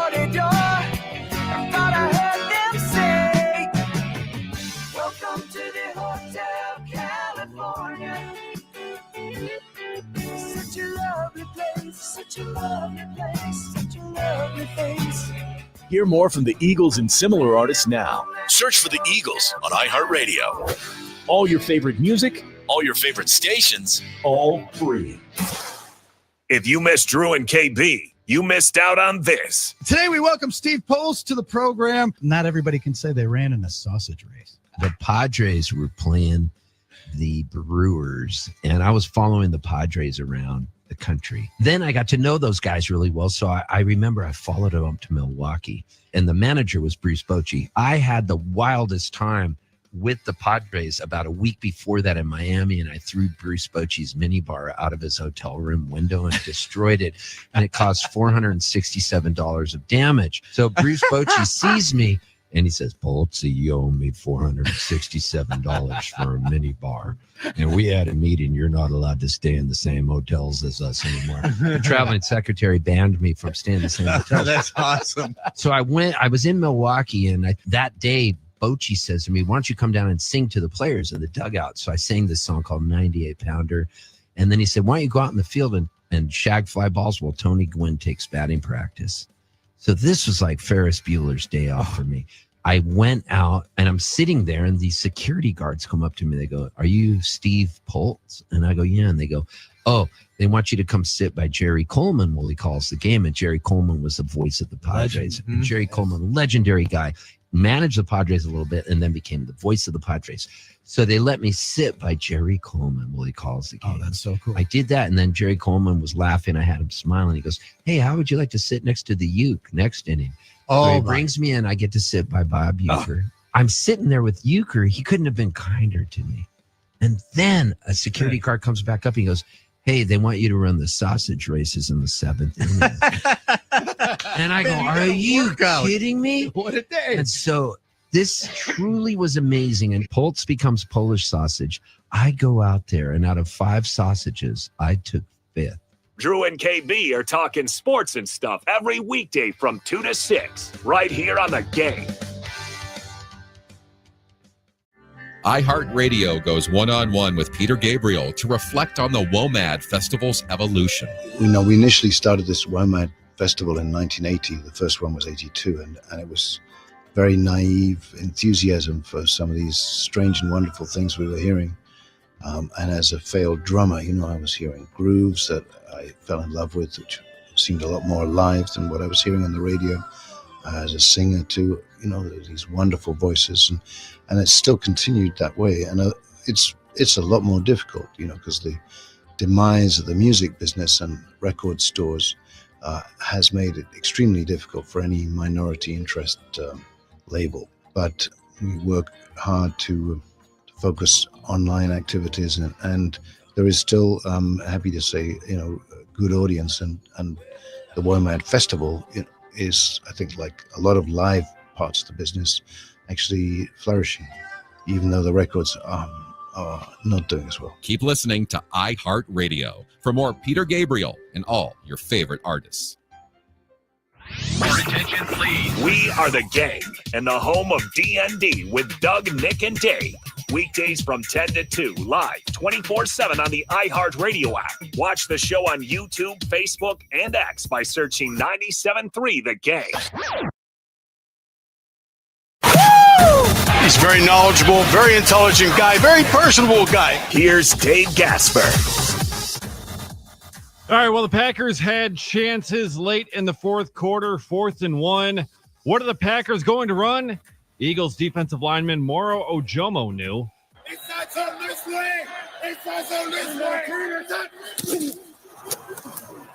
It's Jacobs. Flag flies. Jacobs is brought down. Sure enough, it was an inside zone that way, and Josh Jacobs brought down behind the line of scrimmage and ends up fumbling the ball. It didn't matter because it was 4th down anyways, and it was going to be Eagles' ball. But, yeah, very predictable. But another winnable game lost for the Packers. Matt LaFleur was asked about potentially being on the hot seat and coaching for his job. I'll leave that for everybody else to decide. I'll just focus on the day-to-day and trying to do. I feel like you're always coaching for everything in this league. That's just my mindset. It's always been that way. You can't ever exhale. You got to always be pushing, and that's just my mindset. So, and that will be my mindset until they tell me not to coach anymore. So if your mindset's always to be pushing, why are you running a shotgun run on 4th and 1? Don't know. Because it felt like it was the safest call to make, but safe will get you, there'll be a TFL that'll be registered on the other side of the ball. We'll put it that way. Yeah. I feel like you're missing Tucker Kraft big time last night, even if it's not in the pass catching variety, but in the run blocking variety, setting the edge, finding ways to get Jacobs out in space. It's been a challenge for them regardless, with Kraft or not, this year to get Jacobs going at the same level that he was last year. But you missed him last night. It felt like that was an absence in the offense that they're still working towards figuring out. Eric Mangini yesterday, former NFL coach, longtime Patriot guy, Jets coach, Browns guy, on Fox Sports spoke to the fact that everyone gets fired in the NFL. I mean, very few coaches. Bill Belichick was fired. No, didn't Andy Reid get fired from Philly? Yeah, Andy Reid it was a soft firing, but yeah, it was air quotes mutual. Yeah. At some point, you're going to be fired as an NFL head coach. Does that mean LaFleur is, certainly encouraging it? Well, no, absolutely not. We were just talking about Mike McCarthy a few minutes ago, and Mike McCarthy got fired in the middle of not in the middle of the season, at the quarter pole, the 3/4 pole of the season, got fired with 4 games left. I mean, that had never happened in Packers history before. And now Mike McCarthy is thought of, he walked out of the tunnel when they were honoring the 2010 Super Bowl champion team, and he got McCarthy got the longest standing ovation. I mean, the fans were just very appreciative of the 13 years that he spent in Green Bay. So, yeah, I mean, you can get fired and still be thought of well. Yeah. Look at our business. Yeah, exactly. Well, and then speaking of getting fired, but perhaps on the flip side, not getting thought of well, in the NBA, the Dallas Mavericks have fired Nico Harrison. Yeah. And the most predictable move since the sun rising in the East, just 9 months after trading Luka Doncic to the Lakers.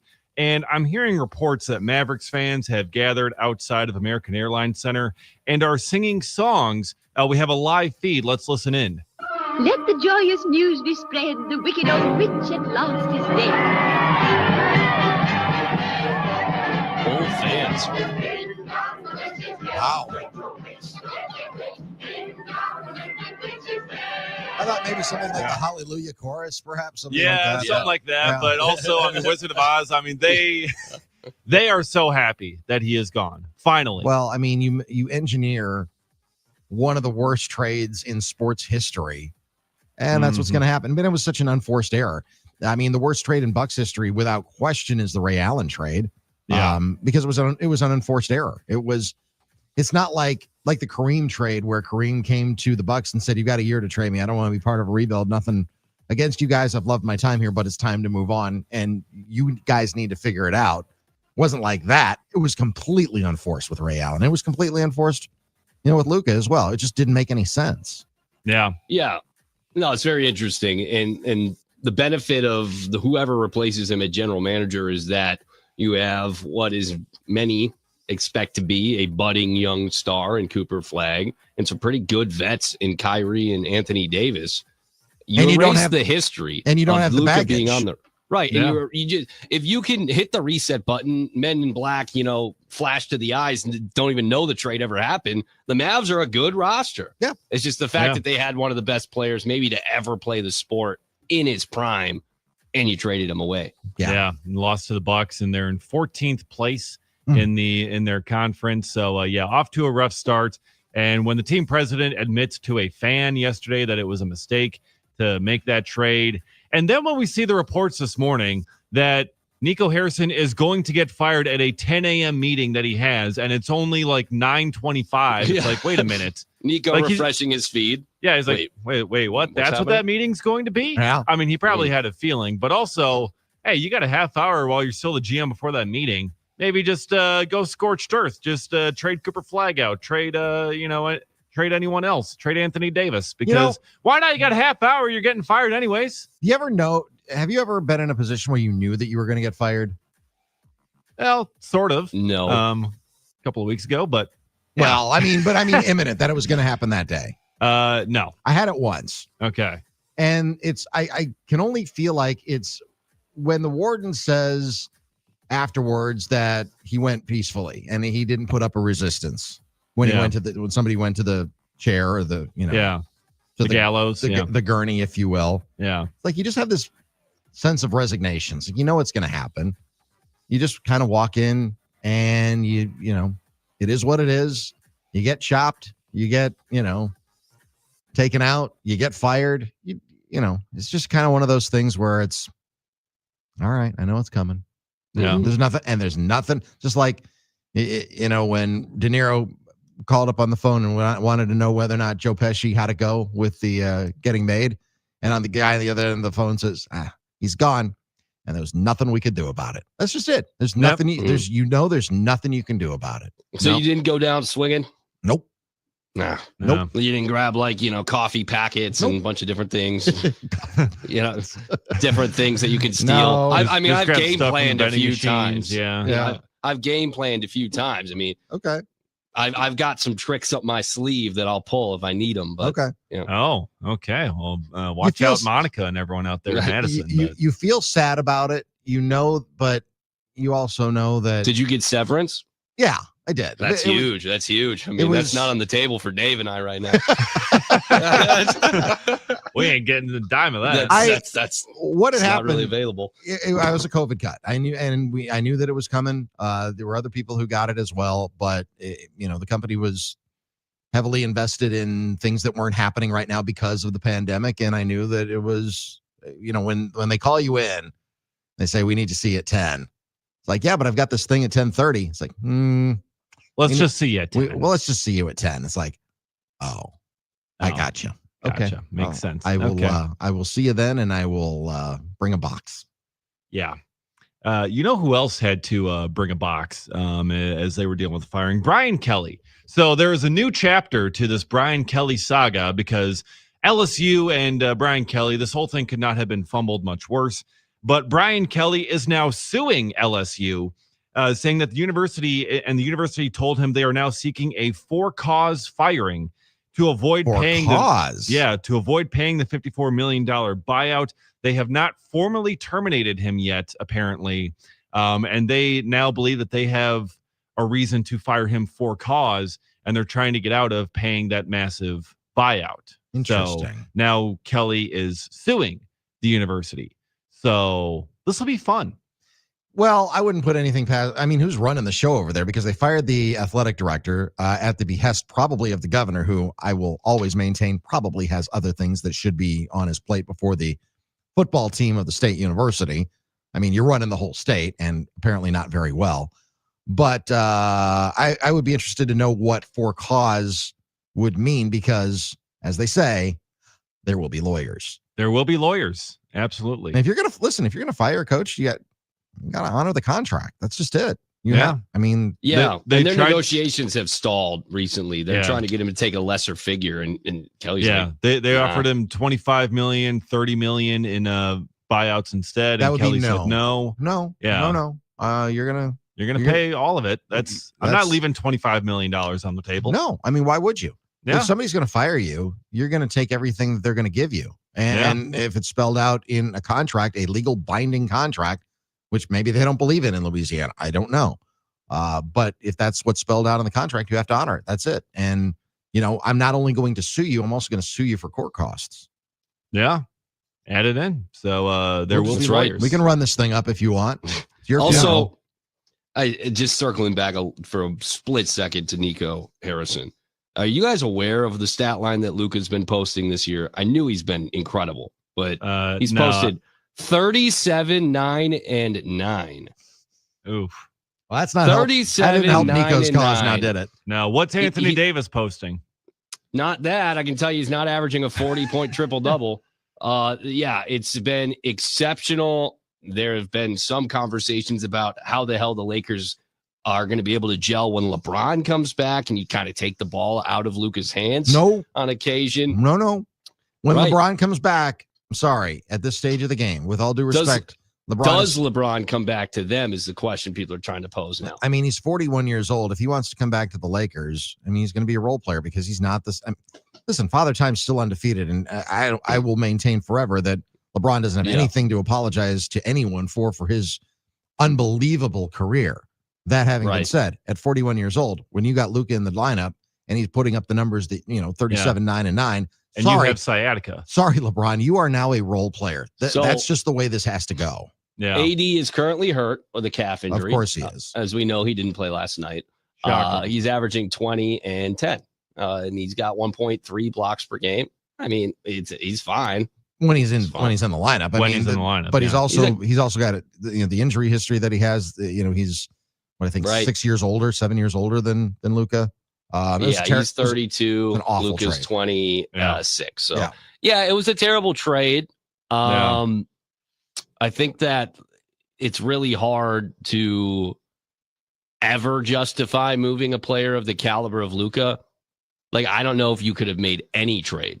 He's going to say that about AD because he's such a huge Packers fan. Yeah, credit to him. He's had a hell of a career. He's a Hall of Famer. But absolutely. Yeah. I mean, I don't think there's a single player in the NBA that you trade Luka Doncic for and you come out on top. Wemby, maybe, and he had a blood clot. He hasn't played a full season. Giannis? But Giannis also. I mean, Giannis isn't young anymore. Giannis is not a young NBA player. Plays a far more physical brand of basketball. If he's an anomaly, he'd be the second, maybe only to LeBron James to play that play style and continue playing at a very high. There's nobody you trade Luka for and win. Yeah. So just a terrible trade. But a great trade was getting Caleb Durbin from the Yankees last year. Durbin finished third in NL Rookie of the Year voting last night. The Braves catcher, Drake Baldwin, ended up getting the win with 21 first-place votes. On Wisconsin. Isaac Collins finished fourth in voting. Chad Patrick seventh. Jacob Mizrowski received 1 fourth-place vote and finished 11th. Okay. So, that's an all-star. Yeah, but 4 players on the Brewers getting Rookie of the Year votes. And Nick Kurtz wins in the American League unanimously. Tonight, Manager of the Year awards. Rob Thompson for the Phillies, Terry Francona for the Reds, and Pat Murphy for the Brewers are the 3 finalists. Yeah, I mean, obviously we're all biased here, but you look at the job, 97 wins in the regular season. It's a regular season award.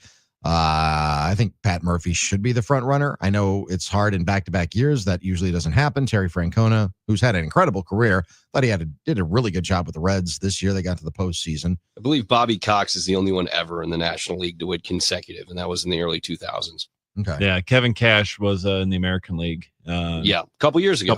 Yeah. It's only happened the one time in the National League and one time in the American League, I believe. Well, I feel good for Drake Baldwin, though, winning Rookie of the Year. I mean, he's Madison guy. Yeah, Madison guy, so that's cool. Yeah. Dave Horton should have won, but it's okay. We'll roll with it. Chip on your shoulder. Slightly biased. Speaking of that again. I mean, so I think it's either between, to me, Francona's going to get some votes, but yeah, of course, I'd like to see Murph win it. I think it's got to be between Murph and Francona. Rob Thompson, all respect to him. I'm sure he does a fantastic job. But also, I mean, being in Philly out there, they were kind of expected to be good. Having Kyle Schwarber out there, having Bryce Harper out there kind of does help things quite a bit. But with what Murph had to work with this year, the expectations that he had, I think Murph should be back-to-back Manager of the Year. Right. But if you we'll want find out personal tonight glory, at 6. If you want personal glory, be a manager of a small market team. You're never going to get it in LA. I mean, Dave Roberts will probably never win Manager of the Year unless they set some sort of record. Well, the thing is, Murph's not really shooting for personal glory. No. I'm not saying that Murph is. I'm just saying ultimately, if essentially, if you want to be the talk of the team and you're a manager, if for whatever reason your ego's that high and you want to be the story, you're never going to be it in a major market. Yeah, I'm not saying Murph is. If you want to win the award, you can't be a team with that kind of payroll and expectations. I mean, let's look at NFL Coach of the Year for a second. Vince Lombardi won it once early in his tenure in Green Bay. Not when he's racking up 3 in a row, not when he's racking up the first 2 Super Bowls. He won 1 very early on. You look at Andy Reid. Yeah, how many times has he won in recent years? In recent years, 0. Yeah. He's won once in his career. That's right. So instead, Kevin Stefanski's won. Kevin Stefanski has won as many Coach of the Year awards as Andy Reid and Vince Lombardi combined. That's right. There's your stat of the day. Because he's in Cleveland. Let's look at the teams that have won it. Cleveland does anything mildly decent. Oh my goodness, Coach of the Year. So Kevin O'Connell won it last year. I think that's deserved. 14-3. Yeah, absolutely. Sam Darnold. No, Stefanski, Dable, Mike Vrabel, Stefanski, and Vrabel got fired. Harbaugh, Nagy, McVay, Jason Garrett, Ron Rivera, Bruce Arians. I mean, these are guys that, ultimately most of them got fired. Yeah. Ron Rivera, not particularly strong, but 2 great seasons in Carolina. Yeah. Also, McVay's only won it once. Only once for Sean McVay. And he was the talk of the town for years. It's not about who the best coach in the NFL is. It's about who had a respective season that was most notable. Lindy Infante won Coach of the Year once. Yeah. And then got fired 2 years later for Mike Holmgren. Mike Tomlin's in his 19th non-losing season. Mike Holmgren never won Coach of the Year, but 3 of his assistants did. Dick Giron won Coach of the Year. Ray Rhodes won Coach of the Year, and Andy Reid won Coach of the Year. So that's Mike Holmgren never won it. 3 of his assistants did. Incredible. Wrap your mind around that. No. Yeah. But Lindy how many Infante of Matt won it in LaFleur's 89. assistants have done anything anywhere? You always talk about coaching trees, right? Yeah. McVay coaching tree. Yeah. And the Reid coaching tree. Belichick had a ton of coaches. Mm-hmm. Tomlin hasn't had any. None of them good. But they all got jobs. Yeah. I guess Nate Hackett, and he didn't even last half of a season. Yeah. He did last half a season, but that was Does it. Campanelli count? No. Because he's going to get a coaching job, I think. Maybe. But he was only there for a year. Right. So I don't know how that, how you would quantify who's part of whose coaching tree. I mean, if you go, I think the coaching tree is if you go from, like, say, if Jeff Hafley, for example, is an NFL coach next year, he will have gone from Green Bay to head coach. Andy Reid went from Green Bay to head coach. Ray Rhodes went from Green Bay to head coach. Got it. Interesting. You often talk about the Shanahan coaching tree. Yeah. With Mike. Because Kyle and McVay and Raheem Morris and LaFleur and all these guys that were assistants under him at some capacity all are head coaches now. I consider but they didn't make that jump immediately. Yeah, I don't know. I mean, because if you're looking at LaFleur, he was in Tennessee right before he came to Green Bay. But he was with McVay for a couple of years in Los Angeles. He was with Shanahan in Washington. I don't know. How many trees can you be from? Yeah. You know? I don't know. I have to look up my tree expert. So I don't. Campanelli, I think he's a really good coach, but I mean, it's so far removed though, too. Or it feels like it's so far removed. Yeah, it was like 2 years ago, 3 years ago. What? When Campanelli was here? Last year. Was he here last year? Really? Yeah. Yeah, and he got hired this year to be the defensive coordinator with the Jags. Feels like a long time ago. That was last year. I think a lot the Packers happened in the last year. I think the Packers really missed him then. 2 years ago. Because it feels like he wasn't here it feels like it's been a couple of years since he's been here. 2 years ago, he was on Hard Knocks with the Dolphins and that incredible conversation he had, like just, inspiring. And then we played it back last year when he was hired by the Packers. And then this past year, he went from linebackers coach to now hired as the DC in Jacksonville. As I like to say, time is a flat circle. Yeah. It just doesn't, it feels like it's been forever since he was here, but obviously it wasn't. Just last year. Yeah, no, like I said. He's a beast. Listen, he is. I'm conceding the point. It just feels like it was longer. That's all. It collapsed this past week against the Texans in Davis Mills, though, so maybe not. Perhaps not. Yeah, well. All right, coming up, I want to hear from Josh Jacobs because he had some very interesting things to say. We'll also hear from Jordan Love and Patrick Herb coming up at 12:35 after a huge Wisconsin win over Washington. They beat a ranked opponent. The kids rightfully stormed the field. It wasn't just the kids either. We'll hit that coming up in just a few minutes as well. But I do want to hear from the Packers running back because he is frustrated.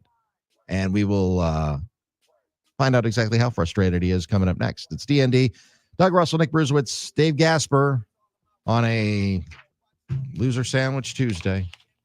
Ugh. Keep them coming on the talking text line, 877-794-1973. It's the Game Radio Network. Here. It ain't what you heard, it's my time of year. If I'm in the club, I get 100 stacks. I'm always rolling up, so I get love for that. I heard these. Want to watch D.N.D? They're live on YouTube, Facebook, and X right now. There you go. There we go. Just search 97.3 The Game. The Packers fall at home to the Eagles on Monday Night Football. I thought our defense was outstanding, and unfortunately, just too many mistakes offensively to overcome it. I've said this many times. You hold good football teams to 10 points, you should win the football game, in my opinion. But obviously didn't do enough offensively. And, we got a short week. Can't feel sorry for ourselves. We got to figure it out and come back and be better. We're reacting to the loss all day on the game. iHeartRadio. Here are the top John Mellencamp songs that you've thumbed up. Number 3, Hurt So Good. Hurt so good. Come on, baby, make it hurt so good. Sometimes love don't feel like it should, baby. Hurt so good. Number 2, Small Town. No, I cannot forget where it is that I come from. I cannot forget the people who love me. Yeah, I can be myself here in this small town. And people let me be just what I want to be. Number 1, Jack and Diane. Oh yeah, life goes on long after the thrill of living is gone. To walk on.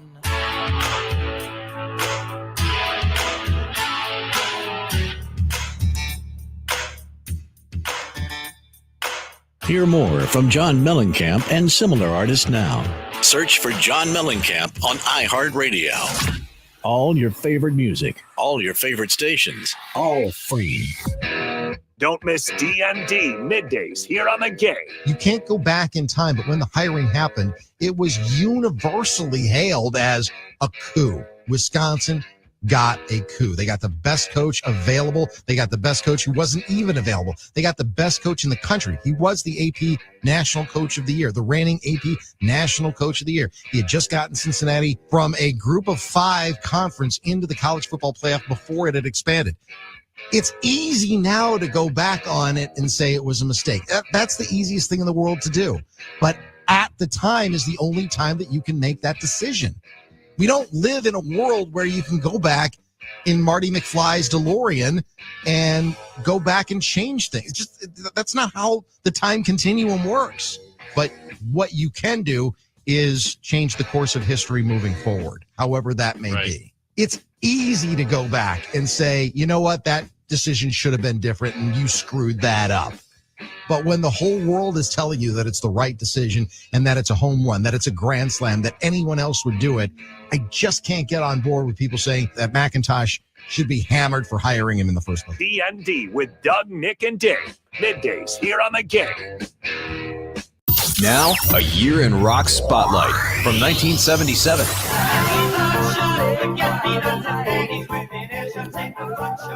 In February of 77, 60s band leader Manfred Mann has a new band and scores a U.S. #1 hit with a cover of Bruce Springsteen's song Blinded by the Light.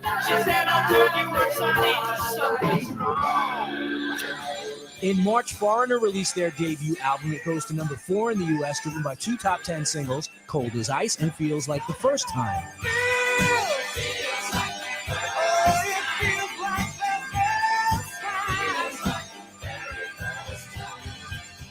Philadelphia Blue-Eyed Soul duo Hall & Oates have their first U.S. #1 with Rich Girl from their 5th album, Bigger Than the Both of Us.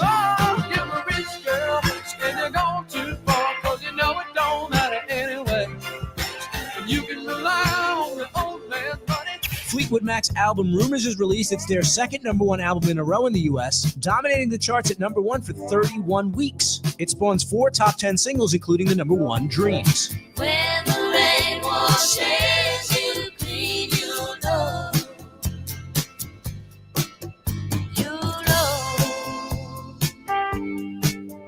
Keep listening to iHeartRadio for more from 1977. Coming up. We call it Wagertainment. All right, place your bets. Place your bets. VSiN every night at 6. Presented by Potawatomi Sportsbook. Bet above the rest on Fox Sports 920. iHeartRadio is the easy-to-use app for music and radio. Download the free iHeartRadio app today. My daddy served in the army, where he lost his right eye, but he flew a flag out in our yard. Till the day that he died, he wanted my mother, my brother, my sister, and me to grow up and live happy in the land of the free. Now this nation that I love is falling under attack. A mighty sucker punch came flying in from somewhere in the back. Soon as we could see clearly through our big black eye, man, we lit up your world. I don't want to interrupt like Toby. the 4th of July.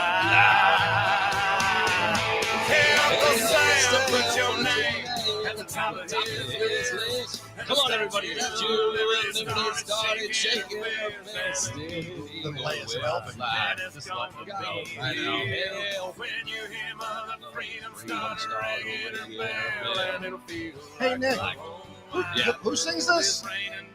Me, famously. Oh, okay. I didn't know. Rest in peace, Toby Keith. Oh, Toby Keith. Yeah, then we should probably Love you, Toby. Probably should let him sing it. I don't know, man. People are gonna think we switched over formats again. You never Not know. to go too long. Yeah. All I know is that's going to sound great on the podcast without the music underneath. Just Nick, just Nick. Just Nick singing underneath, off key. That's great. Most It likely. is a good thing. Well, happy Sick. to all of our veterans. Happy Veterans Day, number one. So there's the difference between Veterans Day and Memorial Day, and I think some people conflate the two. Memorial Day is to honor our, the fallen heroes. Yes. Veterans Day is for everybody who served. My father Yes. served, for example. So happy Veterans Day Yeah. to my father. My grandfather served. There you go. So Mine did as well. Today is your day. Every day should be Veterans Day, as far as I'm concerned. We do not have the freedom to do this radio show without the sacrifices that our veterans and their families made. So, tip of every cap everywhere to you. I know that November 11th has been designated as Veterans Day, but again, you've got our deepest admiration every single day, all 365 days of the year. But today is the day we officially celebrate you. So happy Veterans Day. Getting back to the program, we are also talking about an unfortunate Packers loss last night, 10-7. We'll get to Patrick Herb in just a couple minutes. I did want to play a couple minutes of Josh Jacobs. He was pretty frustrated after last night's loss. Here's the Packers running back number 8. I mean, give credit to them. They're a good team. I still feel like we did a lot out there that, prevented us from winning. Not making any excuses. Got to clean up the work. A lot of the game is messy, especially after creating, good plays. We just got to be more consistent, man, as an offense, man. Our defense held us down, stopped them real good, play like a championship defense. So, offense, that's on us. We got to pick it up. Can you put your mark on just these slow starts going back the last 4 or 5 games where you guys can't, get into the end zone?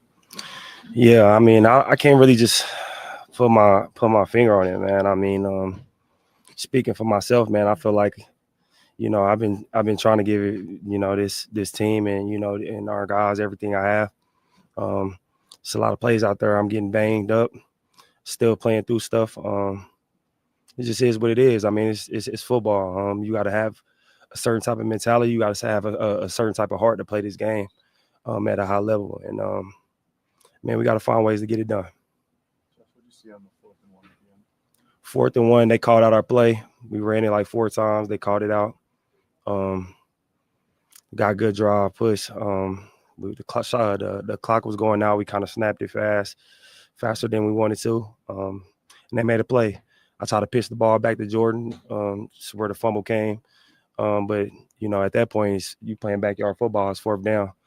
So, yeah, that's kind of how it went. What goes through your mind when you hear the defense call out your play before the snap in any moment, but especially that one? As a runner, it don't never feel good. I mean, whenever they know what we're doing, they'll never feel good because it changed my mind on how I'm going to run the ball, if we just being honest. It makes me kind of like guess what I'm going to do. And obviously, people are smart. They if we got cold words or whatever, you hear it a few times, like you gonna eventually react to it. I mean, that's football, but yeah, I mean, it's never a good feeling. How did it change the way you ran on that? I mean, they called it out. We called our play. They said inside zone. It's coming right here. So I kind of like didn't want to run right there, you know. But yeah, that's just how I played out. Michael was pretty upbeat, saying like this team is still really close. Like yeah, the defending champs. Is that a common sentiment? I mean, it's not the end of the world, but it's also some problems we got to address. I mean, and we can't, you know, we midway through the season. We can't just keep saying, all right, we're gonna address it. We got to find actual answers to our problems. No, you good. And I don't really, honestly, don't know what those answers is. Feel like everybody got to dig deep, have the belief, and give more. I mean, it's not easy. And, you know, we can't live off of what we did last year or nothing like that. Like, we got to be in the moment. And yeah, it's definitely not easy. You talked about your approach. I think a lot of people would agree with the way you play this football game. How difficult is it to process, and how concerning are the results, the team results?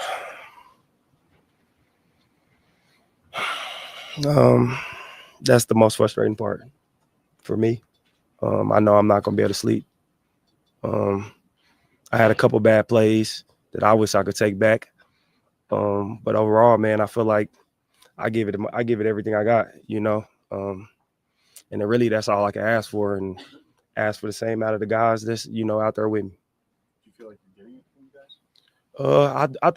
I think I am getting it from the guys. I think it's just more mental stuff, man. We doing a lot of mental stuff that hurt ourselves.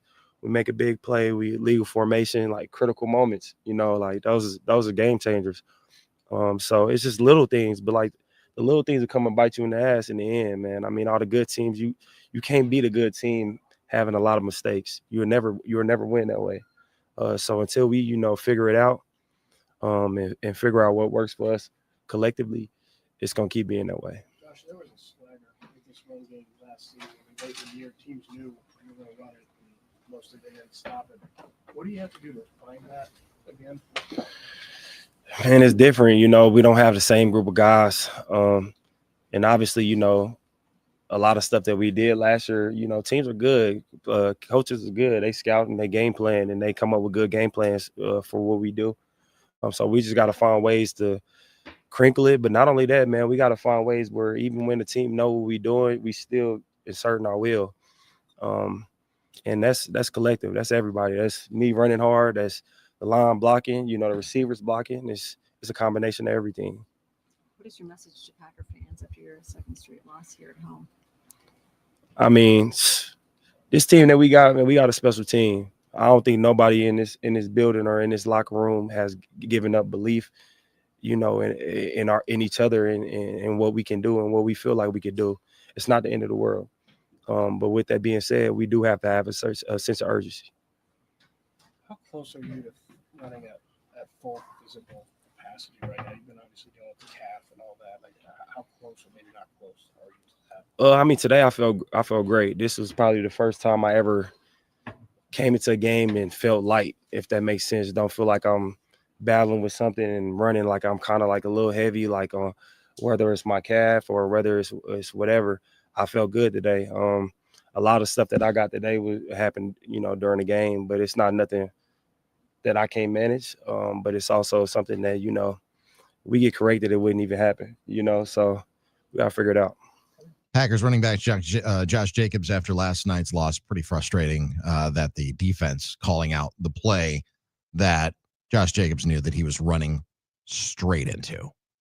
That's got to be challenging. All right, we're going to take a short break. Patrick Herb joining us on the other side. He is the Wisconsin sideline reporter and the assistant AD of strategic communications for football at the University of Wisconsin.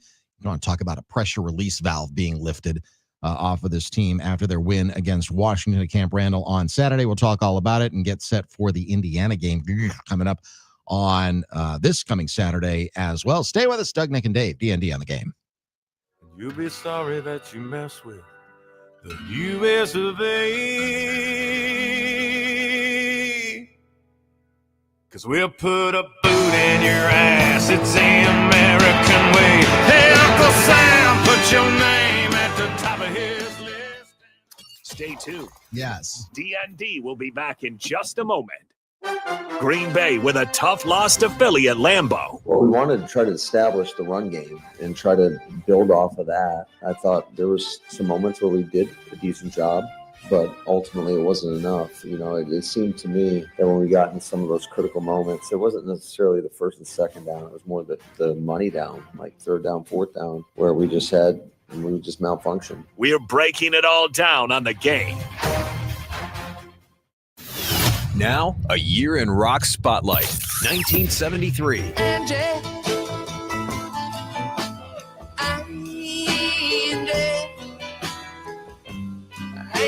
time we said goodbye? The Rolling Stones are back on top with the #1 album in the US and the UK and a #1 single, Angie. Come on, baby. Let's Get It On is a #1 single and a #2 album for Marvin Gaye. Also in August of '73, Stevie Wonder is back with the #4 album, Inner Visions. And Florida band Leonard Skinner released their debut album, had a top 20 hit with Freebird and tour opening for The Who. Won't you fly?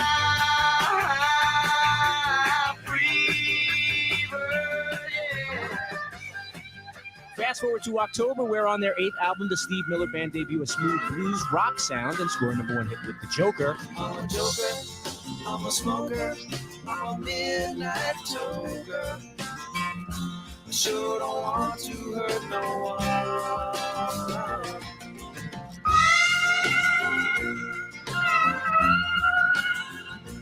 Keep listening to iHeartRadio for more from 1973. Coming up. If you missed No BS, you missed out on this. If you ever have jury duty, both the defense and the plaintiff, they can pick the jurors together. Thanks for that reminder. I've actually never gotten to do jury Twice. I got it 3 times. I got it twice. Once on my 18th birthday, and I went through the entire trial process, and at the end, they cut one person. I was like, of course I get cut. I sit through all this, and I don't even get to be a part of the decision-making process. No. I was so mad. Yeah, I had it 3 times already, Billy. Jeez. What's going on here? You know what I mean? I'm an upstanding member of society. You want to do it? Pay taxes. I love that You don't want to do it, Billy. Yes, I do. Okay. I want to perform my civic duty. I love that. Everybody sits around and gripes about it. You're right. I want to perform my civic duty. You know what? Court system. I'm right here. First My time. wife gets the notification of the summons this week. She is complaining up and down. Can you be her tribute? tribute? I can't do this. No, you can't volunteer as tribute. I looked online. I was ready to Hunger Games that thing. Walk right in there. I volunteer as tribute. My wife's got 2 kids at home, basically running a preschool in our living room. I just make jokes on the radio. I will be the guy that potentially has somebody's fate in their hands, and they don't want that for some reason. You know, I'm proud of you, Billy. I'm proud of that attitude. That's the correct attitude to have. Be honest with you, I I had to hold back from swearing a couple of times because I love think that. it's bull. It's BS, like the name of the show. 31 years on this earth. I've been available for 12 of them. Come on, Milwaukee They've County. only given me one time as the reserve guy. I called in every hour. I was so juiced. I was dressed. Sure. I had a fake briefcase ready to roll down there. I know you can't even bring anything You had a in. collared shirt on. Yes. Look like Hunter Baumgart. We're going to defend him? I don't know that I have ever worn a collared shirt tucked in outside of in a suit. Your boy was suited and booted, ready to roll down there I'm proud of you, man. to the courthouse. Yeah. Call in, automated voice message. The reserve jurors are unneeded for the afternoon of 4/19/24. Dang it! Listen to No BS with Billy and Armin every weekday from 6 to 10 right here on The Game. iHeartRadio. Here are the top Billy Joel songs that you've thumbed up. Number 3, My Life. I don't care what you say anymore. This is my life. Go ahead with your own life. Leave me alone. Number 2, It's Still Rock and Roll to Me. Nowadays you can't be too sentimental. Your best bet's true, baby blue continental. Hot funk, cool funk, even if it's old junk, it's still rock and roll to me. Number 1, Uptown Girl. Uptown girl, she's been living in her right great world. As long as anyone with hot blood can. And now she's looking for a downtown man. That's what I am. Hear more from Billy Joel and similar artists now. Search for Billy Joel on iHeartRadio. All your favorite music, all your favorite stations, all free.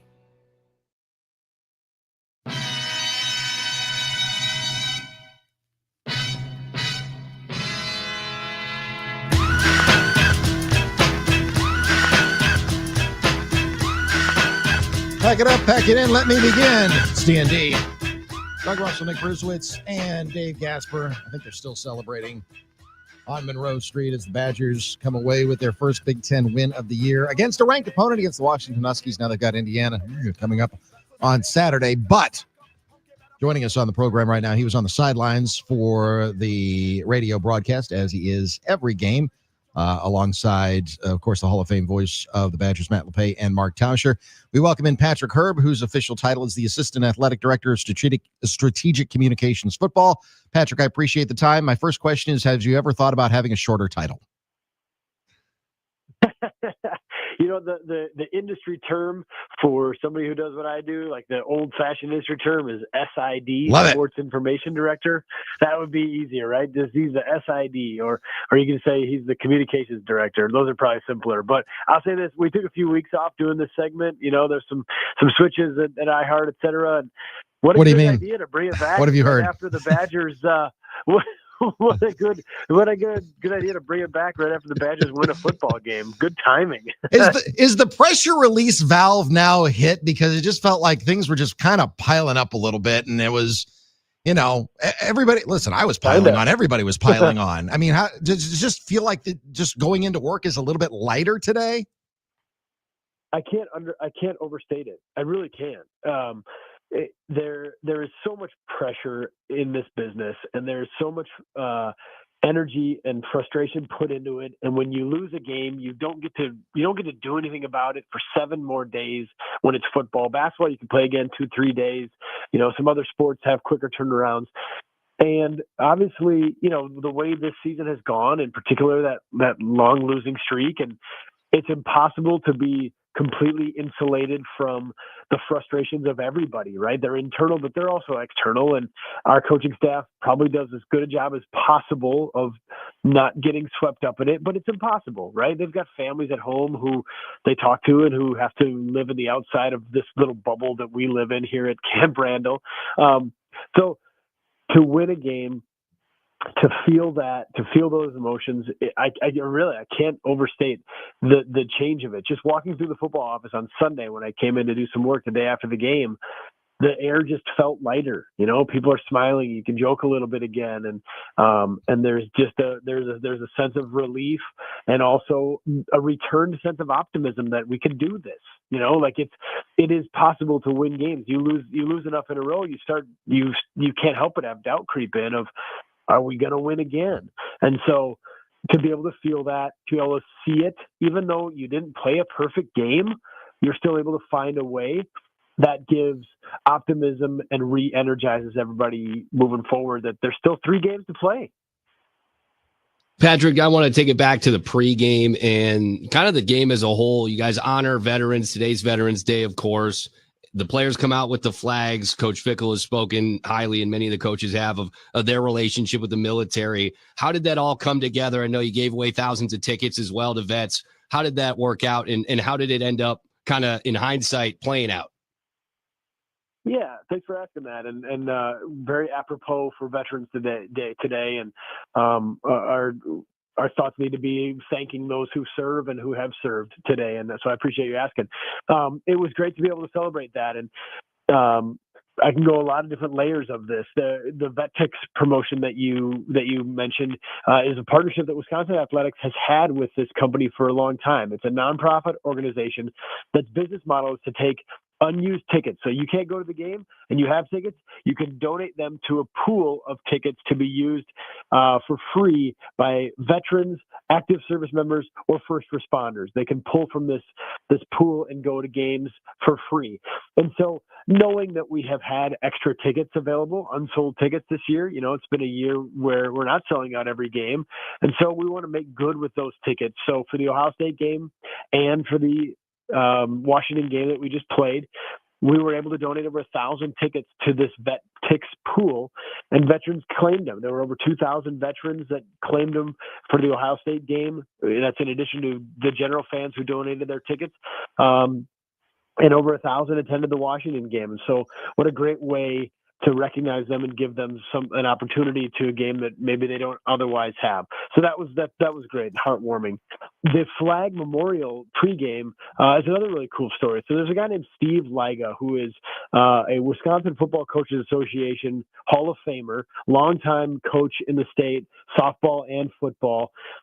He just decided he wanted to start this years ago, where he does flag installations at area high school games, WEAC games, and brings them to memorialize Wisconsin-born soldiers who have died in combat.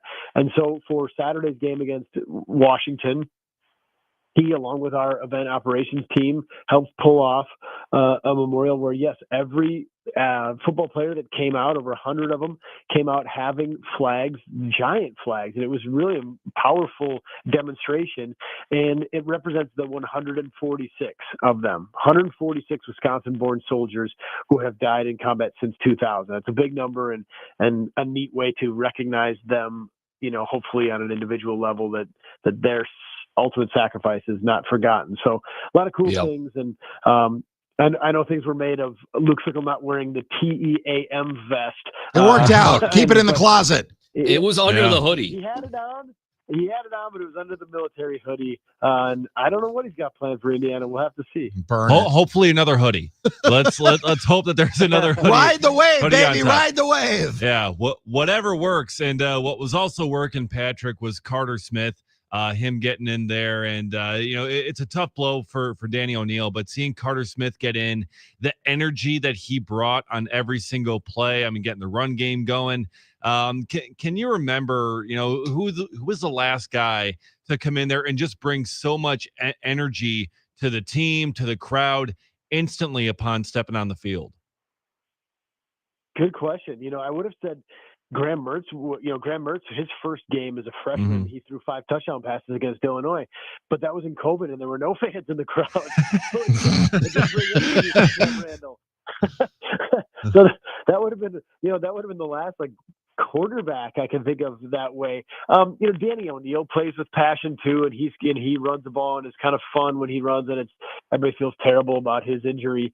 But you're right, Smith gave everybody a lift in that game, and what worked out well for Wisconsin in this instance, and I think why Smith got a lot of run in that game was, so the game plan was set for Danny O'Neill, which had a lot of read option and had a lot of utilizing the skill set that Danny O'Neill and Carter Smith have in common. And so Hunter Simmons, the other quarterback who's been getting a lot of run lately, very different skill set, very different. You would want a different game plan to be able to feature him at quarterback. And so if everything was built into Danny O'Neill and how he's going to run this offense, Carter Smith was a great understudy to be able to bring in that situation and be able to keep rolling with the game plan that they're doing. And so, yes, he was only 3 for 12 through the air, and the passing attack is something that's going to have to emerge and get better, especially if this team's going to use Carter Smith moving forward. We'll have to wait and see what practice looks like this week to actually know. But I think you did see enough from a leadership standpoint, from an energy standpoint, and that he's good. He can throw the ball. It's in there somewhere. He was an elite high school baseball player who threw the ball 91 miles an hour off the mound. So he's got the arm, but he's one of these kids that was a 2-sport athlete in high school. In fact, baseball was more of his passion, or at least what he excelled at earlier than football. He was the number 1 shortstop in the country as a 14-year-old. And so he was not one of these kids who's had his own private quarterbacks coach since he was 12 and has been, working on mechanics of football. And that's all he dedicated his life to. A lot of these high school kids that are the 4 and 5 stars now, that's what's coming. He wasn't that. So that brings me optimism that maybe we're just scratching the surface on his ability to be a quarterback. His high school coach describes him as a quarterback with a linebacker mentality. And so you see that when he runs the ball, that he takes on contact. I'd love to see him become a quarterback with a quarterback / linebacker mentality. And maybe we're just starting to see that. And there's way more room to grow. You've got the Hoosiers coming up on Saturday. When you look at Indiana, do you see something that could be possible in Madison, considering how bad Indiana had been historically up until last season? Sure. Yeah, I mean, Indiana has spoiled it for everybody, but also given everybody ultimate optimism. The rapid pace at which they went from second thought to CFP in 1 year, basically, has ruined it for everybody. What I mean by that is, coaches now have no grace period. They're getting fired at alarming rates because everybody goes, well, if Indiana can do it, why can't we do it at Auburn and Arkansas and LSU and all these other schools, right, that are firing their coaches, and Penn State and all these schools that the patience has ran out because they've proven you don't have to have a grace period. You can do it right away. So I say that they are, I think they're an anomaly, obviously, in the way they turned it around so fast. So they've ruined it, but the counterpoint, they've also given everybody optimism to say it can be done. It can be done if you invest the right way and in the right people, and you build it and build the roster the right way. It can turn fast. Curt Cignetti had a big part of his strategy was to import a ton of the James Madison players that he had with him the previous year. And those guys gave him a bedrock quickly at Indiana, and he was able to supplement with some really, really talented players. And there's no question that they invested in football. And I mean, they put money into it at a level that they had never done before. And in this era, there is a way to almost say, we want to be good at football, so let's buy our way into it. Now, you can't throw money at bad investments, but that's a reality in football. And when Wisconsin has talked about increasing its investment in football, Chris McIntosh has talked about that, and part of the strategy to retain Luke Fickell in 2026 and beyond is a promise of that. And I think some people interpreted that as asking the fans to contribute more money to NIL. And that's not necessarily the case. It's a way to be able to leverage the assets that we have and some of the sponsorship partnerships and deals and NIL opportunities that exist here, that Wisconsin has a really favorable brand in our state, and there are lots of opportunities. Being able to find those and turn those into opportunities for the athletes at a level we haven't done in the past. And so Indiana is a model for it, and everybody else is trying to follow suit. I hear you. And listen, I've always said, if you get to live in Madison, Wisconsin, you're already standing on third base before the jump. And you get to go to the University of Wisconsin. That is a world-class institution of higher learning. And now just figure out that other part. And I think you could roll. And it feels like the pieces are there. It's just now, got to hit play on it, because you got all the advantages of the world being at such an incredible place, both the city and the university. Patrick, we appreciate the time. We'll talk again next week. Yeah, we a lot of football talk today, which was rightfully so, but a lot of other great things going on. And maybe next week we'll touch volleyball and basketball and hockey and a lot of good things going on around here. So thanks for the time, guys. You got it. Today was football. I'm sorry. Oh yeah. Today, you understand. Yeah. We'll get that. Yeah. We got plenty of basketball we can talk about here. Yeah. Well, you guys got the post game show coming up tonight. We'll hit on that coming up in hour number 3, which is straight ahead here on the game. Want to watch D.N.D? They're live on YouTube, Facebook, and X right now. I like him even more. Just search 97.3 The Game.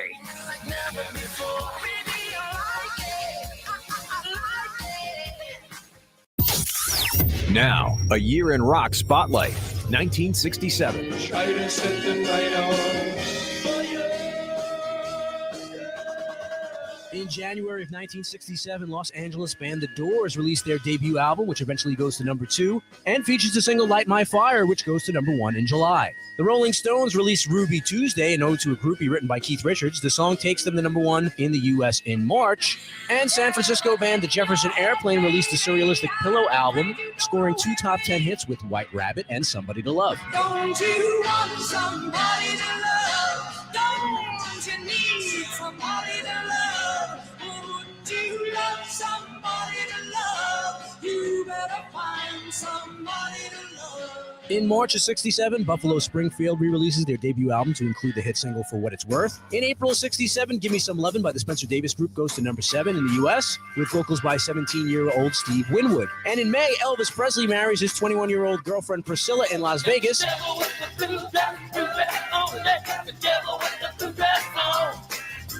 In May, Mitch Ryder hits number 4 with Devil with a Blue Dress, Good Golly Miss Molly. And the Jimi Hendrix Experience released their debut in the UK. In July, they toured the US as the opening act for the Monkees in support of the US album release. Keep listening to iHeartRadio for more from 1967, coming up. iHeartRadio. Here are the top Michael Jackson songs you've thumbed up. Number 3, The Way You Make Me Feel.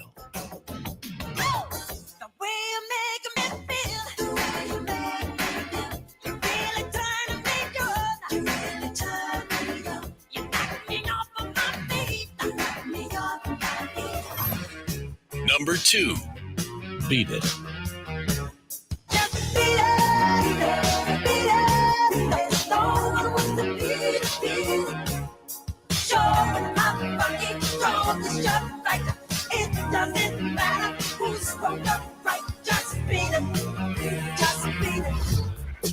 Number 1, Billie Jean.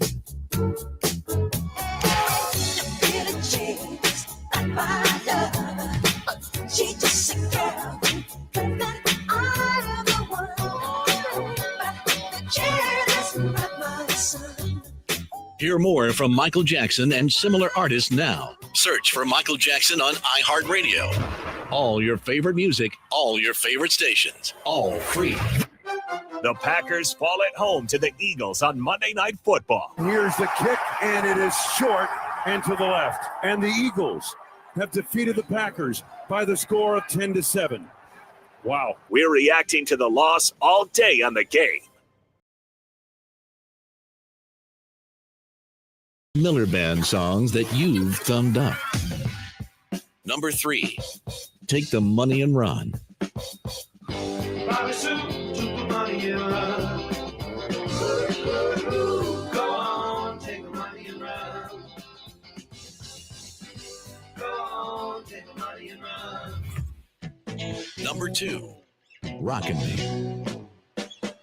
I know that it's true that all the things that I do will come back to me in my sweet time. So keep on rocking me, baby. Keep on rocking me, baby. Number 1, The Joker. I play my music in the sun. I'm a joker, I'm a smoker, I'm a midnight toker. I get my loving on the run. Hear more from the Steve Miller Band and similar artists now. Search for Steve Miller Band on iHeartRadio. All your favorite music, all your favorite stations, all free. iHeartRadio goes one-on-one with Bryan Adams to discuss the metamorphosis of a song as years pass. I mean, the interesting thing about a song and the metamorphosis of a song is that you spend, I don't know, let's say you spend 2 months making a record and you put out a song. It becomes permanent in people's minds. You know, it's like if you go and see Dylan play, and the songs they're going to play of Dylan are going to be, Blown on the Wind and those versions that he cut in 1965. Meanwhile, that guy's had years of playing the same song, and it's become a different thing for him, and he's learned how to rearrange it and play it in a place where he's more comfortable, or it's metamorphosized itself naturally into being something different. And that's what happened with these songs too. Keep listening to iHeartRadio for more Bryan Adams and all your favorite artists. What you waiting for? Let's go. Make sure to make us a preset on the iHeartRadio app so you can listen to us anytime, anywhere. Wisconsin's home for sports and stuff. We are the Game.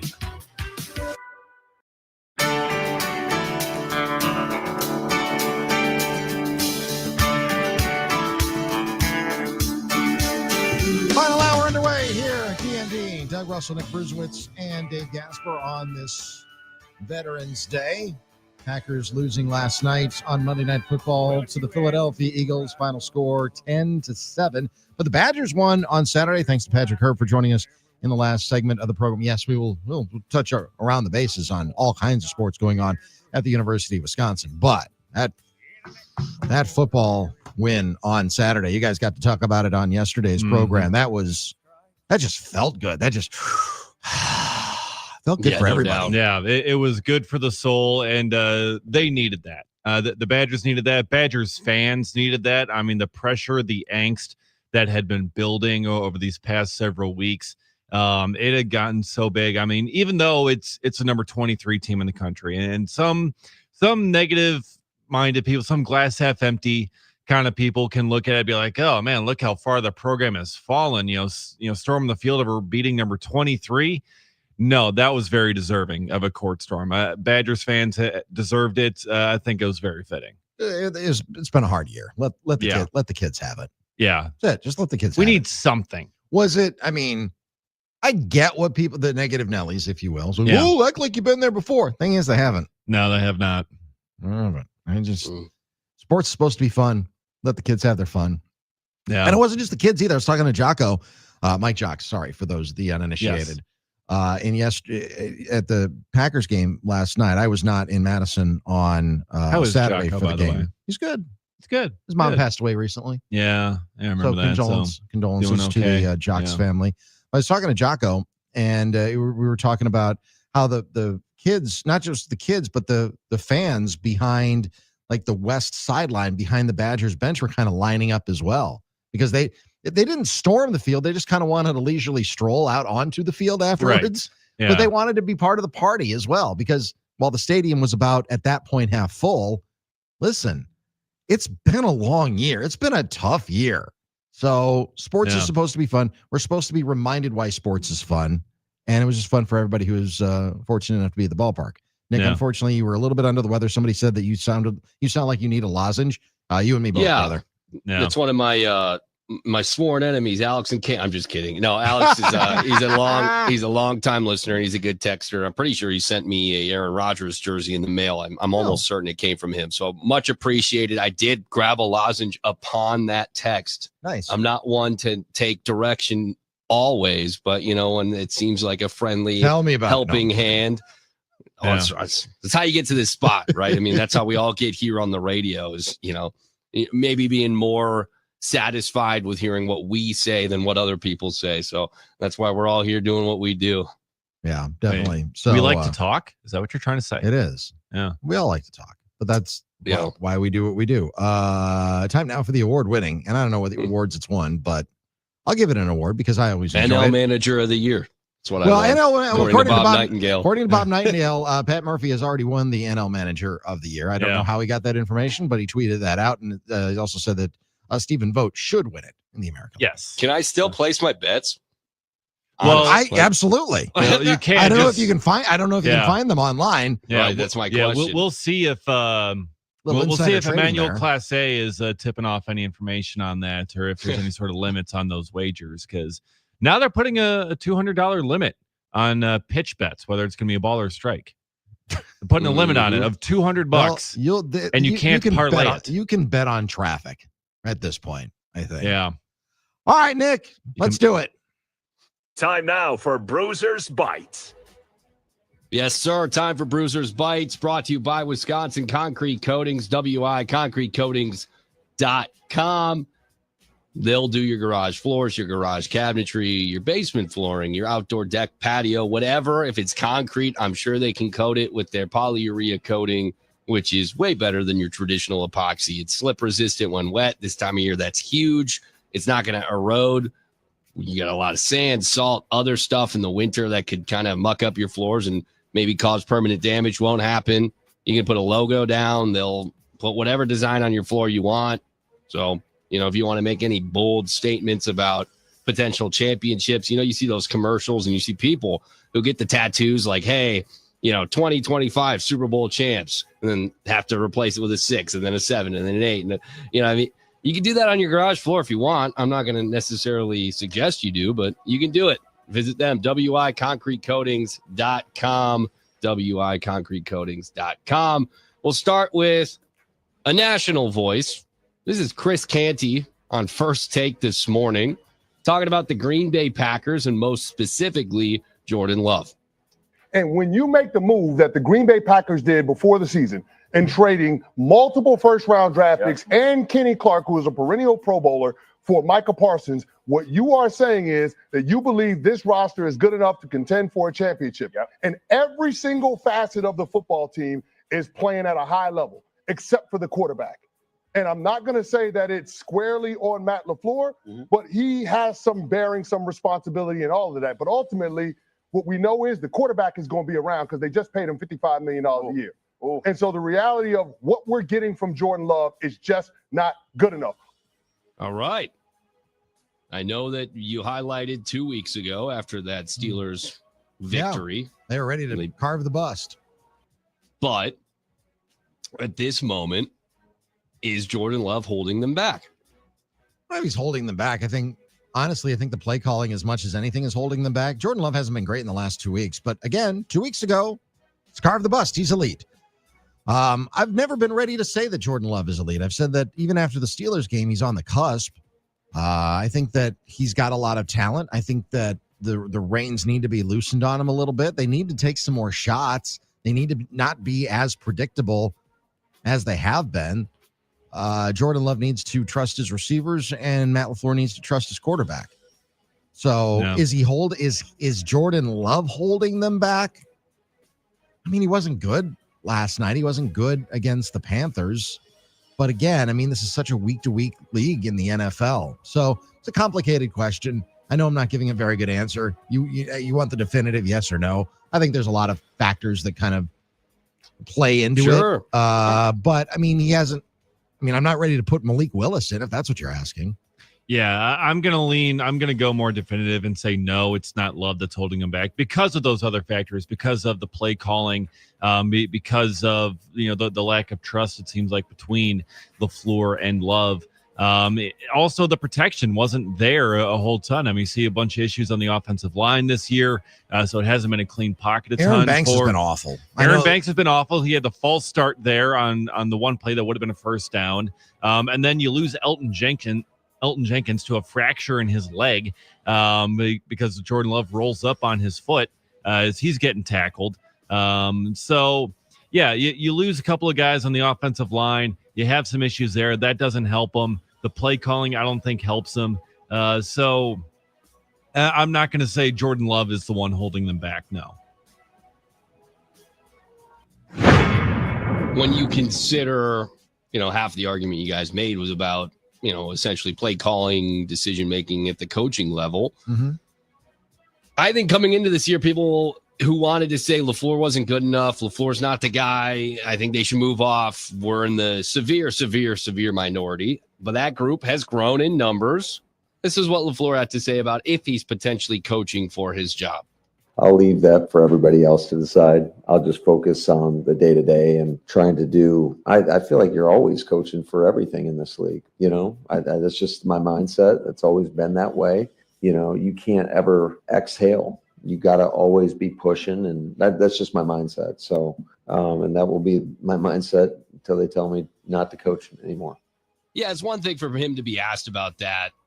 But it's another thing for maybe people to actually start buying that it's a possibility that this is, a stretch that he has to prove it. Where do you guys stand on LaFleur? I mean, if this team finishes 10-6-1, exactly what they're roughly on track for, sure, would that be good enough for you to kind of stamp your approval and say he's the guy? I think if the answer is yes, then they need some different assistance. I think that they need an upgrade. Maybe not defensively, because, again, I think Jeff Hafley's done a really good job. But offensively, I'm not sure that they have. And whether that's Adam Stenavich, whether that's a different play caller, I think those are the questions that need to be answered first. I'm not ready to push eject on Matt LaFleur as the head coach yet, but I might be as the play caller. Yeah, I think I'm getting close to that point as well for getting him out of there as a play caller, just with how stale it's been, how predictable it's been. But yeah, I mean, when you're looking at this stretch here, I mean, the job that he has, it is something that could be very much in danger if he doesn't turn things around, show some improvements in those areas, in playing calling, in late game situations, like we saw yesterday. And yeah, with that contract creeping up, that it certainly is going to be a talking point until he gets this team really kind of humming along and doing the things that they should be doing, and get themselves on perhaps a deep playoff run in order to get himself to avoid those changes. Well, our listeners who have stuck around for the last hour or so with us heard this, but I'm going to play it back again just a moment from Josh Jacobs. We've been circling this thing over and over and over again. The Eagles knew exactly what play was coming on the biggest play of the game. This is what Jacobs had to say about that. 4th and 1, they called out our play. We ran it like 4 times. They called it out. Got a good drive, push. The clock was going out. We kind of snapped it faster than we wanted to, and they made a play. I tried to pitch the ball back to Jordan. That's where the fumble came. But, at that point, you playing backyard football. It's 4th down. So, yeah, that's kind of how it went. We played his conversation with the media before we got to Patrick, so maybe we didn't dive completely into it. But that's pretty damn concerning for me as a fan of any sport to say our coaching staff is so predictable that the other team who we're trying to stack up against, we think we're as good as, knows exactly what we're doing, and we have no shot. That's pretty damn concerning. What do you guys think? I don't disagree. Yeah. It's hard. The results are hard to argue with, aren't they? That play it was called out, and then it was snuffed out. And Josh Jacobs afterwards said it's pretty frustrating. Do you call timeout in that situation? Maybe. Listen, as Dave put it earlier, if you're a baseball hitter, and even if you're mediocre, and the Eagles are better than mediocre, they're the defending Super Bowl champions. But even if you're a mid-major league hitter and you know that it's going to be a belt-high fastball, 96 miles an hour, you got a pretty good shot at hitting it out of the ballpark. You have to be more innovative than what the Packers have been offensively. And that's been I think their biggest bugaboo this year. They've been very, very predictable. And when everybody in the ballpark knows what the play is going to be on 4th and 1, and you're running it out of a shotgun, you're just telegraphing it. I don't understand. Yeah. I just don't understand the thought process sometimes between, well, this is the safe place, so this is what we're going to run. I don't want the Packers to be safe. I want them to take a few shots now and then, and they just haven't been. And when they do and it doesn't work out, it's like, well, now we can't go back to that. Well, at some point you're going to hit. Those are low percentage plays, but that doesn't mean that they're no percentage plays. So for me, yeah, is it frustrating? Sure. Is it damning? Absolutely. So yeah, one of those things that got to get cleaned up. We got to play better. I got to coach better. Yeah, I completely agree with Doug. I mean, when you're sitting there and you're Josh Jacobs and you hear the defensive lineman for the Eagles call out what your play is, they know exactly what's coming, and he's right. It's one thing if they guess and say, hey, it's going this way, it's going to be this, it's going to be this, and he's actually got it wrong. You guys are planning something else. Like, but when he actually has it right, that's incredibly concerning because Jacobs could hear that. Jordan Love could hear that because he was standing right next to him. The entire offensive line could hear that. You think any of them would be like, ooh, they just called out exactly what we're going to be doing. Maybe we should think about this. Maybe we should audible. Do we have an audible here? Do we have a different play we can go to? Can we kill? Like something? Can we go to something else here? Because everyone on the field heard that. They knew that the Eagles knew what play they were running, and they still ran it anyway. And yeah, that's going to be the result every single time. Well, the Packers defense played pretty well. They gave up 10 total points to one of the better teams in the league. Eagles offense is maybe not what it was last year, but when you got Jalen Hurts, A.J. Brown, Saquon Barkley, Devontae Smith on the other side, it's pretty impressive to hold them to 10 points. This is what Micah Parsons had to say about the loss. You know, it's just one of them things like we're going to win together and we're going to lose together, like regardless of the outcome, and just being there for our teammates, regardless of who's playing better, which side's playing better. It's just important that, you know, we hold each other up until they get rolling there. You know, when everyone gets rolling, we'll be a really good team.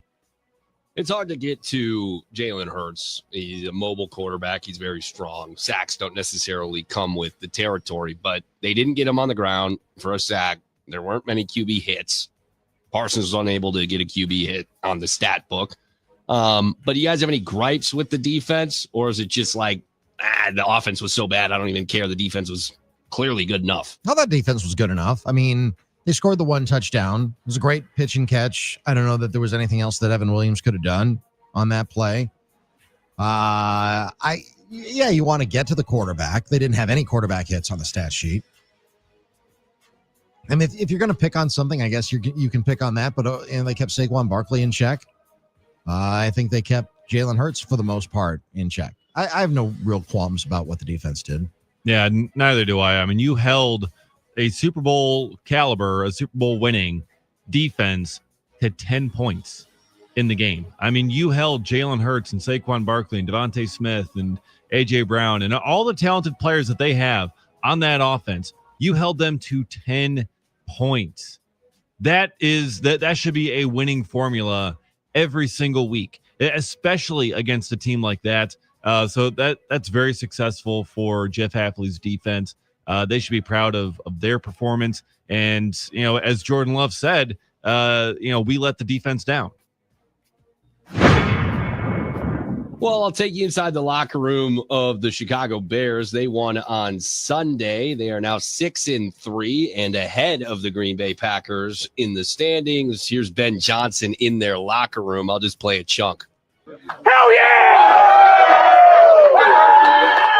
Man, I tell you what, I feel like I'm on repeat each and every week right now. I mean, I got nothing new to say to you guys.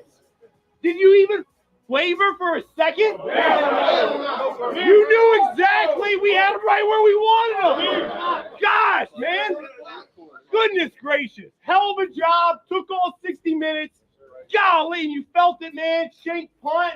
You capitalized. 6-3. His offense is starting to hum. Mm-hmm. At some point, we have to make some sort of judgment on if Ben Johnson has what it takes. Have we reached that point? Because people want to still wait and see. They've beaten some bad teams.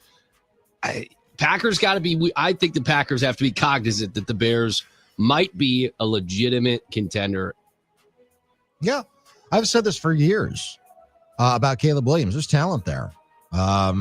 And once you unlock a guy's talent, as the hope was Ben Johnson could do, watch out. And that's what the NFC is looking at right now.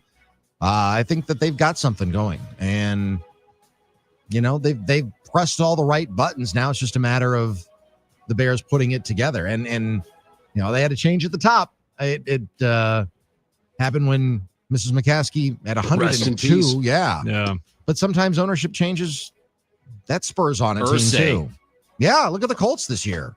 Mm-hmm. Yeah. So sometimes it's tragedy that spurs that on, that change at the top. But again, there's too much talent there with Caleb Williams to just write him off after a couple of bad coaches that couldn't unlock him. Ben Johnson's unlocking him right now. The rest of the NFL should be on notice. Yeah, I mean, it's as much of a cluster the Bears were last year. It's the year before, and the year before that, and the year before that, yeah, and just kind of throughout their entire history, 4 decades. Yeah, they figured it out this year, seemingly. Now we'll see if that continues over the second half of the season here. But yeah, Ben Johnson seems to have been doing a fantastic job getting the best out of Caleb Williams, helping him to develop at the NFL level. And getting that collection of talent to play better. Now, granted, they did this over a 2-8 Giants team that they were down 10-2 with 5.5 to go. They came back on them, and the Giants had several double-digit collapses on the road this season, and Brian Daboll ended up getting fired after that game. So it's not like they were taking on a team like the Eagles, like the Chiefs, or anything like that for this comeback win, but the Bears certainly do seem far better than they've been in years past. Yeah, my argument would be, and I'm not as much anti-Packer or anti-Bears as you guys are, right? I mean, I'm a Packers fan. I don't feel the same level of hatred towards the Bears, but Packers blew it against the Browns.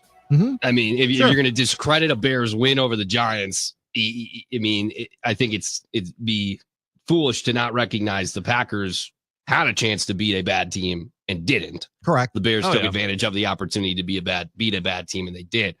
We'll end with 2 quick notes here. Cooper Catalano has been named the Big Ten Defensive Player of the Week for this past week. 19 tackles is the most tackles for Badgers since 2011.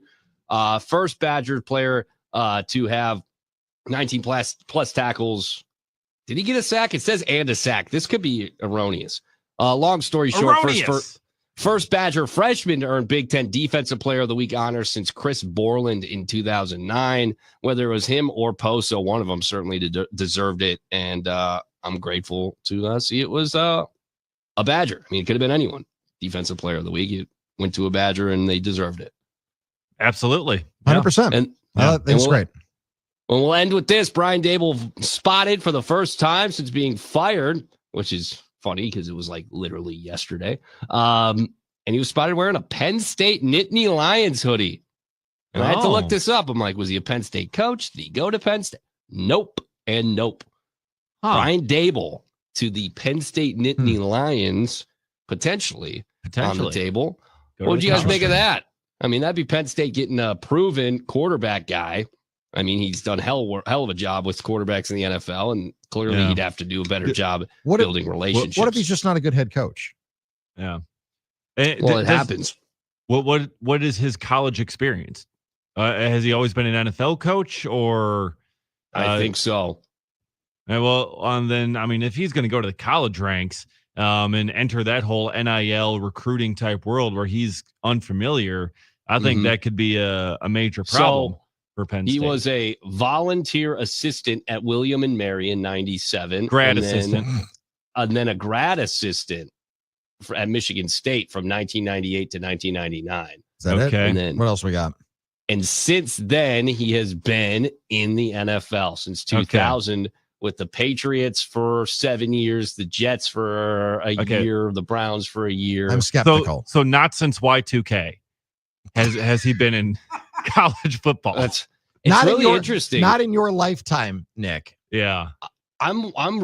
So I was wrong on the 1 year, 2 years. So he was with the Browns as an OC for 2 years in 2009 and 2010. Then Miami's OC for 1 year. Then the Chiefs OC for 1 year. Then back to the Patriots. I mean, this guy is not one that sticks in one location for a long time. That's the life of an assistant coach. He was the offensive coordinator and quarterbacks coach at Alabama in 2017. Oh, okay. Well, that's something. That's more than that's huge. Oh yeah, no, that totally means he's ready to take on an entire Big Ten program as the head coach. So I think you can live up to the scrutiny though, because if you're the head coach of the New York Giants, I mean, my God. Yeah. I mean, being a head coach in New York or manager, that's just different. It hits different because I mean, the media is who are the right on top of you. Like, who are the it candidates this year for head coaching jobs? It does not feel like this is a pond that is rather populated. Well, I think that's one of the reasons that Wisconsin stuck with Luke Fickell, because everybody else is going to be going after the hot head coaching candidates because LSU's got an opening, Penn State has an opening, Florida has an opening.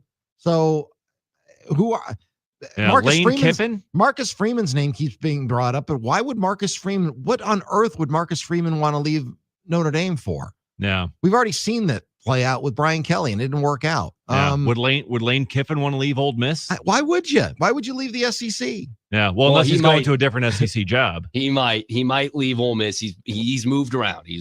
I know. Believe me, I'm aware. But he's not. We are aware of Lane Kiffin. He's not going to Penn State. So that's my. Dable might be a hell of a candidate. I mean, I don't know what to make of it, but he's a good coach. In regards to quarterback play under him and the ability to develop guys. Josh Allen was his greatest success in Buffalo. Yeah. We also have some Wisconsin commit news, Wisconsin recruiting news. Wisconsin has flipped Florida International running back commit Quantavious Wiggins. Florida State and Auburn were also in on the hunt. So Wisconsin gets themselves a second running back commit in this next year's class. Okay. How many stars? Does not say here. Florida International. I'm imagining 3. I want them to start flipping Ohio State guys is what I want. Oh yeah, nope, 3-star tailback. Okay. There we go. All right. Well, great. No, and Amari Latimer, their other one, is a 4-star, I believe. Okay. He's a beast. He's incredible. And there's a lot of nervousness about him potentially committing elsewhere, probably Ohio State. But we'll roll with Quantavious. That's another brother that we can add. I want Wisconsin to keep their guys that other schools want, and I want them to poach a few that other schools have. Yeah. Until then, You're not going to get the buy-in that I think from most fans. I mean, bringing in a kid from Florida International that's a 3-star kid, it's not going to move the needle. Keeping your 4-star kid from going to Ohio State, okay, now we've got something. Yeah, and also wins like the ones against Washington will help move the needle, because I mean that is where this Wiggins guy, he was visiting this past weekend, and that's like, okay, sees this, I want to commit. So hopefully you can have that with some other commits who were there. Like they had other recruits at that game. It's no shade on Wiggins. I'm just saying, you know, you have to start. You have to start aiming higher. Yeah, that's it. Got to start aiming higher. Yeah, and being able to land those guys too, not just aiming for the 5 stars and missing on all of them. Yeah, you got to land them. Yeah, especially you know, the in-state guys who are really good. Trying to keep them around. That would be nice. The Billy Strouths of the world. Yeah, for example. Yeah, the Carson Hinzmans of the world. Yes, for example. Got to keep them around. All right. Well, all of that brought to you by Wisconsin Concrete Coatings, wiconcretecoatings.com. All right. We still haven't heard from Jordan Love. I want to hear from the Packers quarterback as we kind of wrap our minds and arms around their loss last night, because the offense struggled. Heard from Josh Jacobs. We've heard from Matt LaFleur, and I hear from the signal caller coming up straight ahead. It's D.N.D, Doug Russell, Nick Bruzewitz, Dave Gasper. Stay with us on The Game. It stands in a harbor for what we believe. And there's a bell that still echoes the price that it costs to be free. Want to watch D.N.D? They're live on YouTube, Facebook, and X right now. There you go. There we go. Just search 97.3 The Game. Now, a year in rock spotlight, 1967. Try to set the night on fire. In January of 1967, Los Angeles band The Doors released their debut album, which eventually goes to number 2, and features the single Light My Fire, which goes to number 1 in July. The Rolling Stones released Ruby Tuesday, an ode to a groupie written by Keith Richards. The song takes them to number 1 in the U.S. in March. And San Francisco band The Jefferson Airplane released the surrealistic Pillow album, scoring 2 top 10 hits with White Rabbit and Somebody to Love. Don't you want somebody to love? Don't you need somebody to love? Wouldn't you love somebody to love? You better find somebody to love. In March of 67, Buffalo Springfield re-releases their debut album to include the hit single For What It's Worth. In April of 67, Give Me Some Lovin' by the Spencer Davis Group goes to number 7 in the U.S., with vocals by 17-year-old Steve Winwood. And in May, Elvis Presley marries his 21-year-old girlfriend Priscilla in Las Vegas.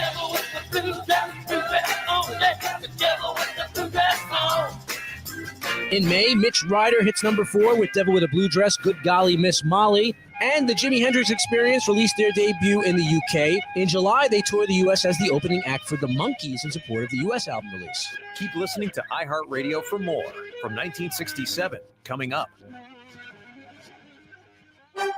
Green Bay with a tough loss to Philly at Lambeau. 4-man rush. Love steps up, throws left side, and it's broken up, incomplete. Blankenship over the back of Bo Melton, knocked it away at the 27-yard line of Philadelphia. A lot of those situational ball, we just weren't clean. Whether it was penalties, there was a drop there on a 4th down. I always look at myself first and foremost. Are we putting the guys in the right place? Do we have opportunities to throw completions? We are breaking it all down on The Game. iHeartRadio. Here are the top Prince songs you've thumbed up. Number 3, Little Red Corvette.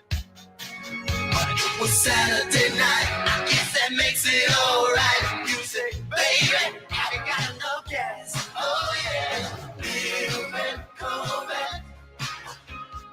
Baby, your mind's too fast. Yes, you are. Number 2, 1999. 2000 party over, oops, out of time.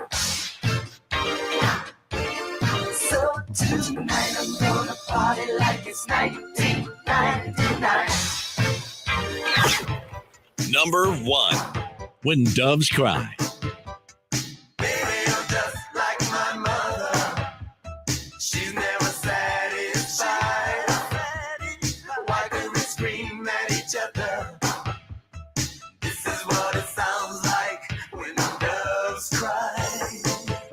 Hear more from Prince and similar artists now. Search for Prince on iHeartRadio. All your favorite music, all your favorite stations, all free. Now, a year in rock spotlight. 1972. In May, the Rolling Stones spent the year recording in southern France and released the double album Exile on Main Street. It goes to number 1 in both the US and the UK. California band the Doobie Brothers score a hit off their second album, Toulouse Street, with the single Listen to the Music.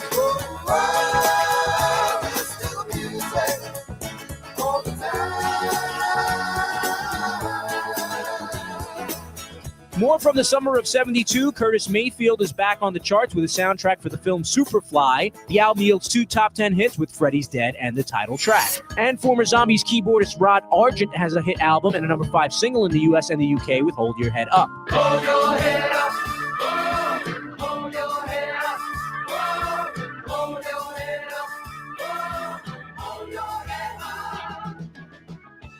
Harry Chapin's performance of the song Taxi on The Tonight Show 2 nights in a row leads to a hit. And struggling UK band Mott the Hoople get help from fan David Bowie, who produces their album and writes them a hit, All the Young Dudes, which peaks at number 3 in the UK and in the top 40 in the States.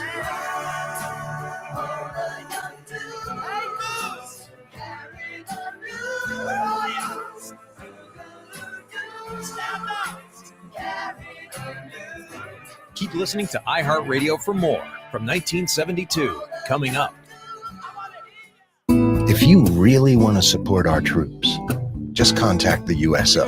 You can't believe how much they do for us. To find out how you can help, visit us at USO.org. The USO, until everyone comes home.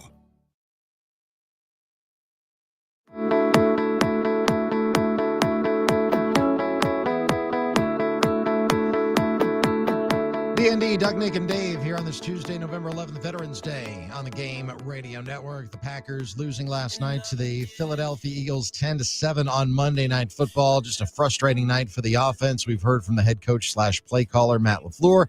We've heard from Josh Jacobs, who ran into a coverage that the Eagles defense knew was coming. Let's hear from the quarterback. Time now to catch up with Jordan Love after the game last night on this loser sandwich Tuesday. Jordan, on the 4th and 1, you're in 2 minute. I know you're going fast. Looks like this is easy for me to say, but it looks like on the broadcast that they're pointing out what you're doing, where you're going, and what you're running. Did you catch that live? Is that a tendency you guys need to break, or was that just me seeing stuff? Yeah, no, I think it's a call that we called a couple times, going fast throughout the game, and they probably heard the call and or were guessing. So. There was a D lineman saying some stuff, but, I still thought we had a light box. We could try and run it right there. Do you make that play call, or is Matt making that through the headset, or is everything's going too fast and you have to do it? Matt makes that play call. Yep. Jordan, how do you get things going again? Just got to get back to the drawing board. Same thing as last week, get back to the film session, trying to find ways to figure out what we're not doing as well right now. What's kind of keeping us in a funk and not letting us kind of get into a rhythm, and just keep trying to build on the things we've done a good job of. So it always comes back to getting back to it next week and getting back to work. Is it just concerning that you guys play a lot of good football this year, and in the last 2 games here, you just couldn't get anything going whatsoever? Yeah, it's tough. It's definitely frustrating, as an offense. And it's, like I said, it's where we just got to look ourselves in the mirror and find ways to keep improving and keep figuring out what we've done good and what we're not doing as good of a job right now, and just keep working. But it's definitely frustrating. Jordan, I don't know if there's any parallels to the 2023, but you guys got it going at the end of that season. You went on a really good run. Can and how do you do that with this group? Yeah, we can definitely get to that. It's all about going 1 week at a time, like we said, but starts with getting a win, getting a win and building upon that. Like you said, that's exactly what we did in 23. Just keep finding ways to go out there each week and get better. And, I think it's the mindset is just keep believing in the guys we got, and that's what we'll keep doing.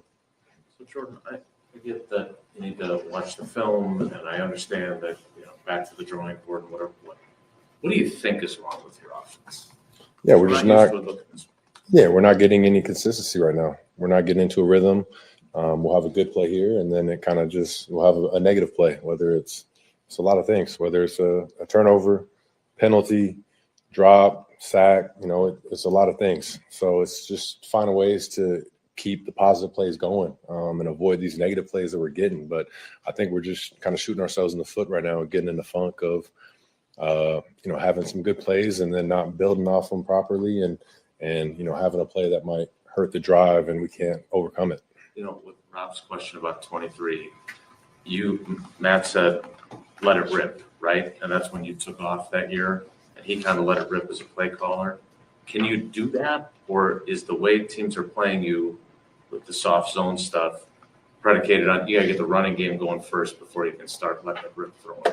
Yeah, it's all of that. We got to find ways to attack the coverages we're getting and, find ways to keep, like I said before, finding plays that are working against that stuff and keep building upon that. But, obviously, the run game, I think we did some good things tonight. And then it's the same thing, like I said before, there's just plays that go backwards and aren't helping us, and then we can't overcome those things. But, we definitely got to find ways. It's 2 weeks in a row, kind of the similar style of defense that we got to find answers versus it. Are you guys going in, Jordan, to games with the right way to attack? And if not, are you adjusting on the fly?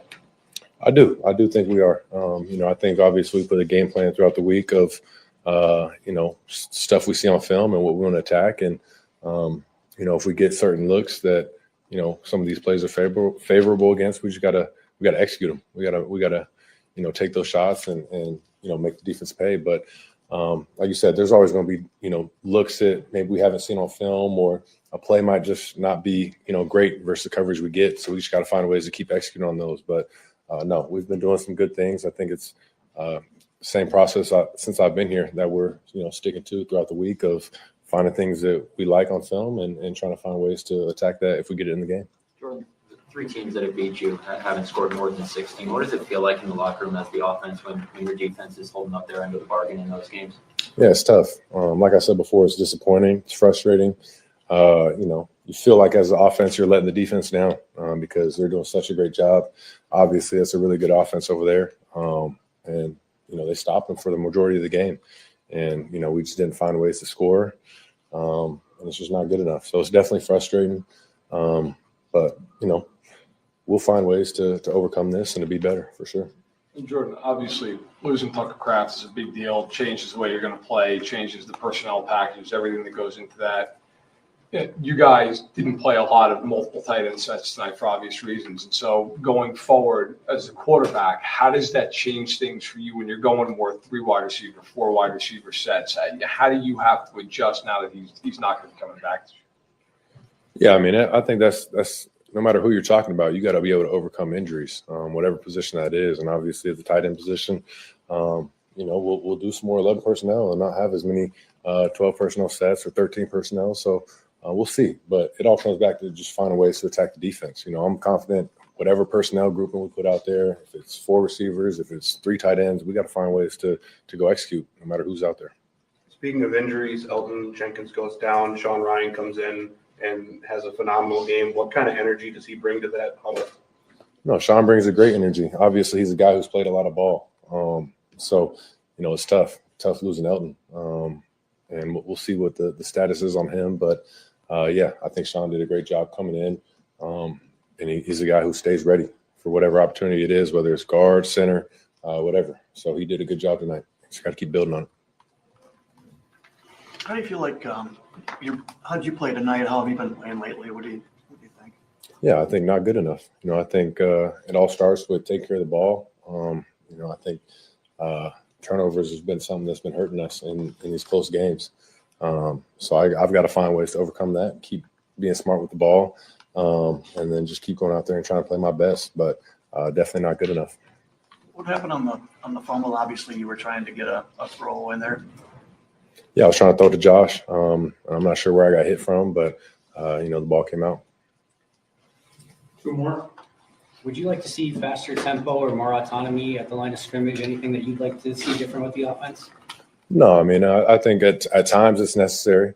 And I think we've done some good things when we get on the ball and go fast. I think we got a lot of bank reps on some of the plays we run in the 2-minute drill setting because we do it, so much throughout the week. But I think there's a time and place for it. And I think, if we can't find ways to keep executing it, we might need to just keep looking at what's working and we're doing well. And that might be an answer. It might not be an answer. So, like I said, we just got to keep looking at it. But, I do know if you go fast and jump the ball and don't, get a first down, it's a quick way to get off the field. So, I think we've done some good things when we need to have it situations. And then sometimes it just isn't good enough. So we'll see. Where's your level of trust that Matt and the staff can find the answers? I got a lot of trust in Matt. That's something that's not wavering at all. I've been with Matt since I got here. I know exactly what he's capable of, what the whole staff's capable of. So that's not anything that's wavering. Like I said, it just comes back to all of us, players, coaches, everybody, finding ways to improve and get better. Jordan, just going through these, you've had some scoring droughts the last 6 or 7 games, and then something like tonight. Does that shake up the locker room at all? How do you keep things together in there where guys, aren't turning on each other, where they stick with it? Yeah, no, I think we've got a great locker room, and I think the message is to stay together. Obviously, it's disappointing. It's frustrating, but it's a long season, and we'll find ways to improve. I'm very confident as an offense we'll find ways to get back to being great, putting up points and helping the defense out, but it's frustrating. I know as a defense, they definitely have every reason to look at us and say, what are you guys doing? You guys need to figure it out and help us out, put up some more points because they're doing a great job. So it's frustrating, but, we'll stay together. We'll keep the energy high and find ways to get better and be better as offense. It's frustrating for everyone. That's Jordan Love after last night's game, a 10-7 loss to the Philadelphia Eagles. The offense sputtering for the second week in a row, second frustrating loss at home in a row as well. They've got the Giants at the Meadowlands coming up this Sunday. It's a noon kickoff. We'll get things started at 8 a.m. If you're listening in Milwaukee on the big 95.7, if you're listening in Madison, 1310 WIBA, or around the state on the Game Radio Network, and then the Packers Radio Network. Kickoff, again, is at noon. You guys have got a J&K Security Solutions basketball postgame show coming up tonight. We'll talk about that and preview the Badgers basketball game this evening when we return as we begin to close up shop and make way for Drew and KB. This is D.N.D, Doug, Nick, and Dave. Stay with us on the game. If we walk down this road, we'll be lovers for sure. So tonight, kiss me like it's do or die, and take me to the other side. You are listening to D.N.D with Doug, Nick, and Dave. This pains me to say this, but Dave's right. Hey, why does that pain you to say? I'm right quite a bit, I think. Middays here on the game. Baby, right. The Packers fall at home to the Eagles on Monday Night Football. We're not getting any consistency right now. We're not getting into a rhythm. We'll have a good play here, and then it kind of we'll have a negative play, whether it's a turnover, penalty, drop, sack. It's a lot of things. So it's just finding ways to keep the positive plays going and avoid these negative plays that we're getting. But I think we're just kind of shooting ourselves in the foot right now and getting in the funk of, having some good plays and then not building off them properly and, having a play that might hurt the drive and we can't overcome it. We're reacting to the loss all day on the game. iHeartRadio. Here are the top Foreigner songs that you've thumbed up. Number 3, Hot Blooded. I show you loving like you never knew. That's why I'm hot-blooded. Check it and see. Feel the fever burning inside of me. Come on, baby, do you do more than dance? Number 2, I Want to Know What Love Is. Change this lonely life. I want to know what love is. I want you to show me. Number 1, Cold as Ice. You're as cold as ice. You're willing to sacrifice our love. Hear more from Foreigner and similar artists now. Search for Foreigner on iHeartRadio. All your favorite music, all your favorite stations, all free.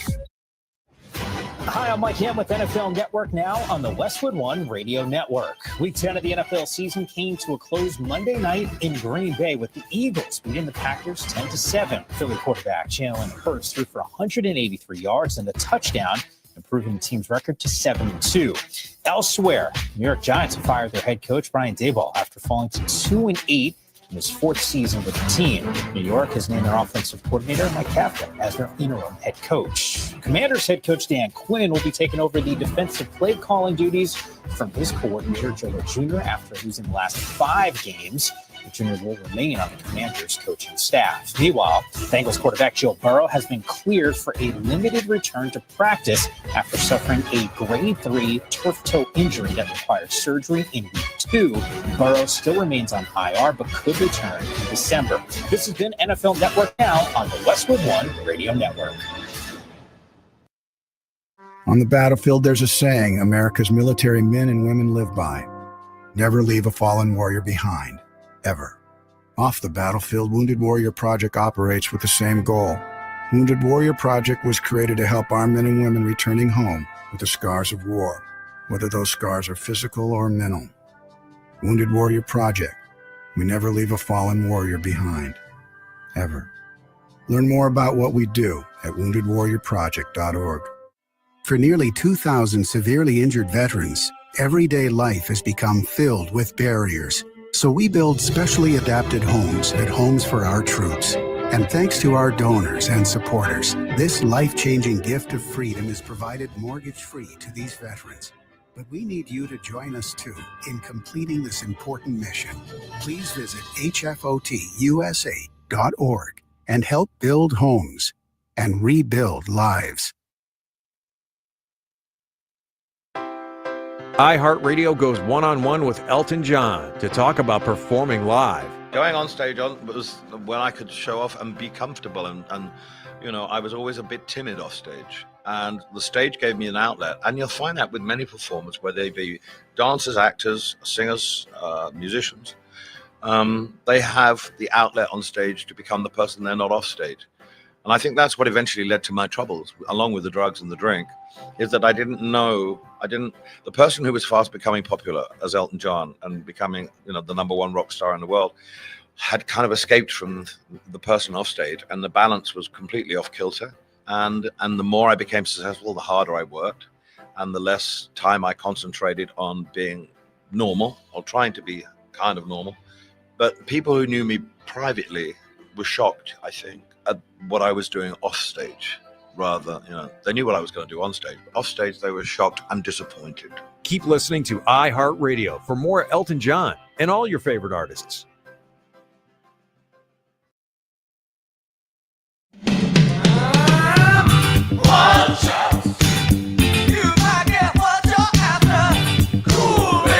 Are they going to be burning down the house tonight at the Kohl Center?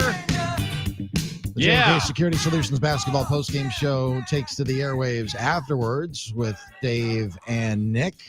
Give us a preview of tonight's non-conference game.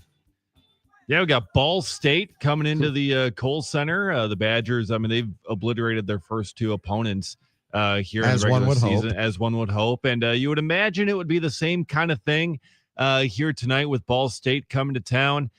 Nick Boyd was incredible in the last game for Wisconsin. And, you know, him, John Blackwell, they seem like they're going to make a fantastic 1-2 punch at the guard position for this team this year. And yeah, it's been a really great stretch to start here. All the positives that we've been looking to see.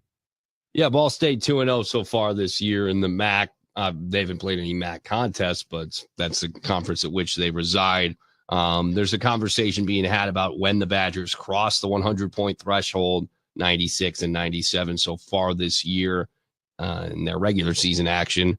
And I think that they will, whether it's tonight or SIUE next up. They'll get over the hump for 100 points before they travel to face BYU a week from Friday in Salt Lake City. Not a neutral site by true definition, but technically not on campus for BYU. Yeah, we'll see if they end up getting that G League player in time that they just got they did. clearance They did. for. They snagged in a G League player earlier today, a center from, I believe, the Knicks G League team. So that's pretty cool. Good for them. Definitely. Coming up on tomorrow's show, we will check in with Jim Polzine. Saw him at the game last night at Lambeau Field. Also, Wayne Larrabee, the Hall of Fame voice of the Packers, briefly saw him last night. I only get to see Wayne generally at halftime. He comes in, gets a little halftime snack, and then has to go right back to the booth. What's his halftime snack?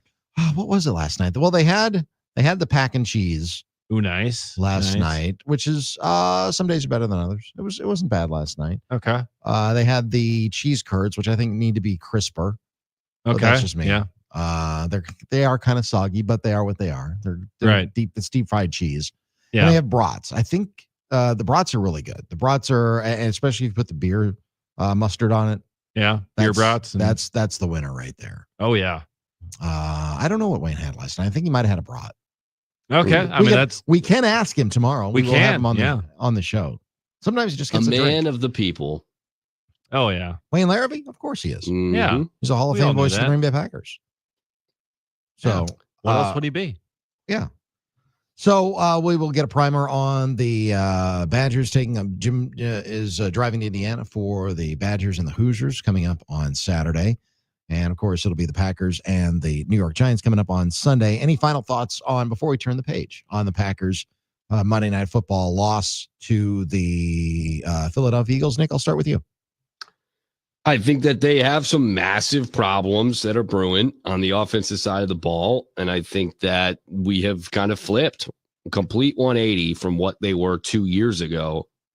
You have massive questions about the offense. And 2 years ago, it was, okay, can the defense, can they do anything? Dave? I think sorry. Worried. Worried about the Packers offense. Yeah, I'm worried about the play calling and the decisions that have been made because, we're 7 years into Matt LaFleur calling the plays. This is not a brand new thing. He's had Jordan Love for the past couple of years. He should be well aware of his capabilities and should be able to trust him as quarterback and should be more creative here with the play calling. When you've got the other team calling out your plays as soon as you've called them, it's a problem. So I want to see that play calling improve. And also, can we actually make a full-on decision at kicker because the indecisiveness is costing them too?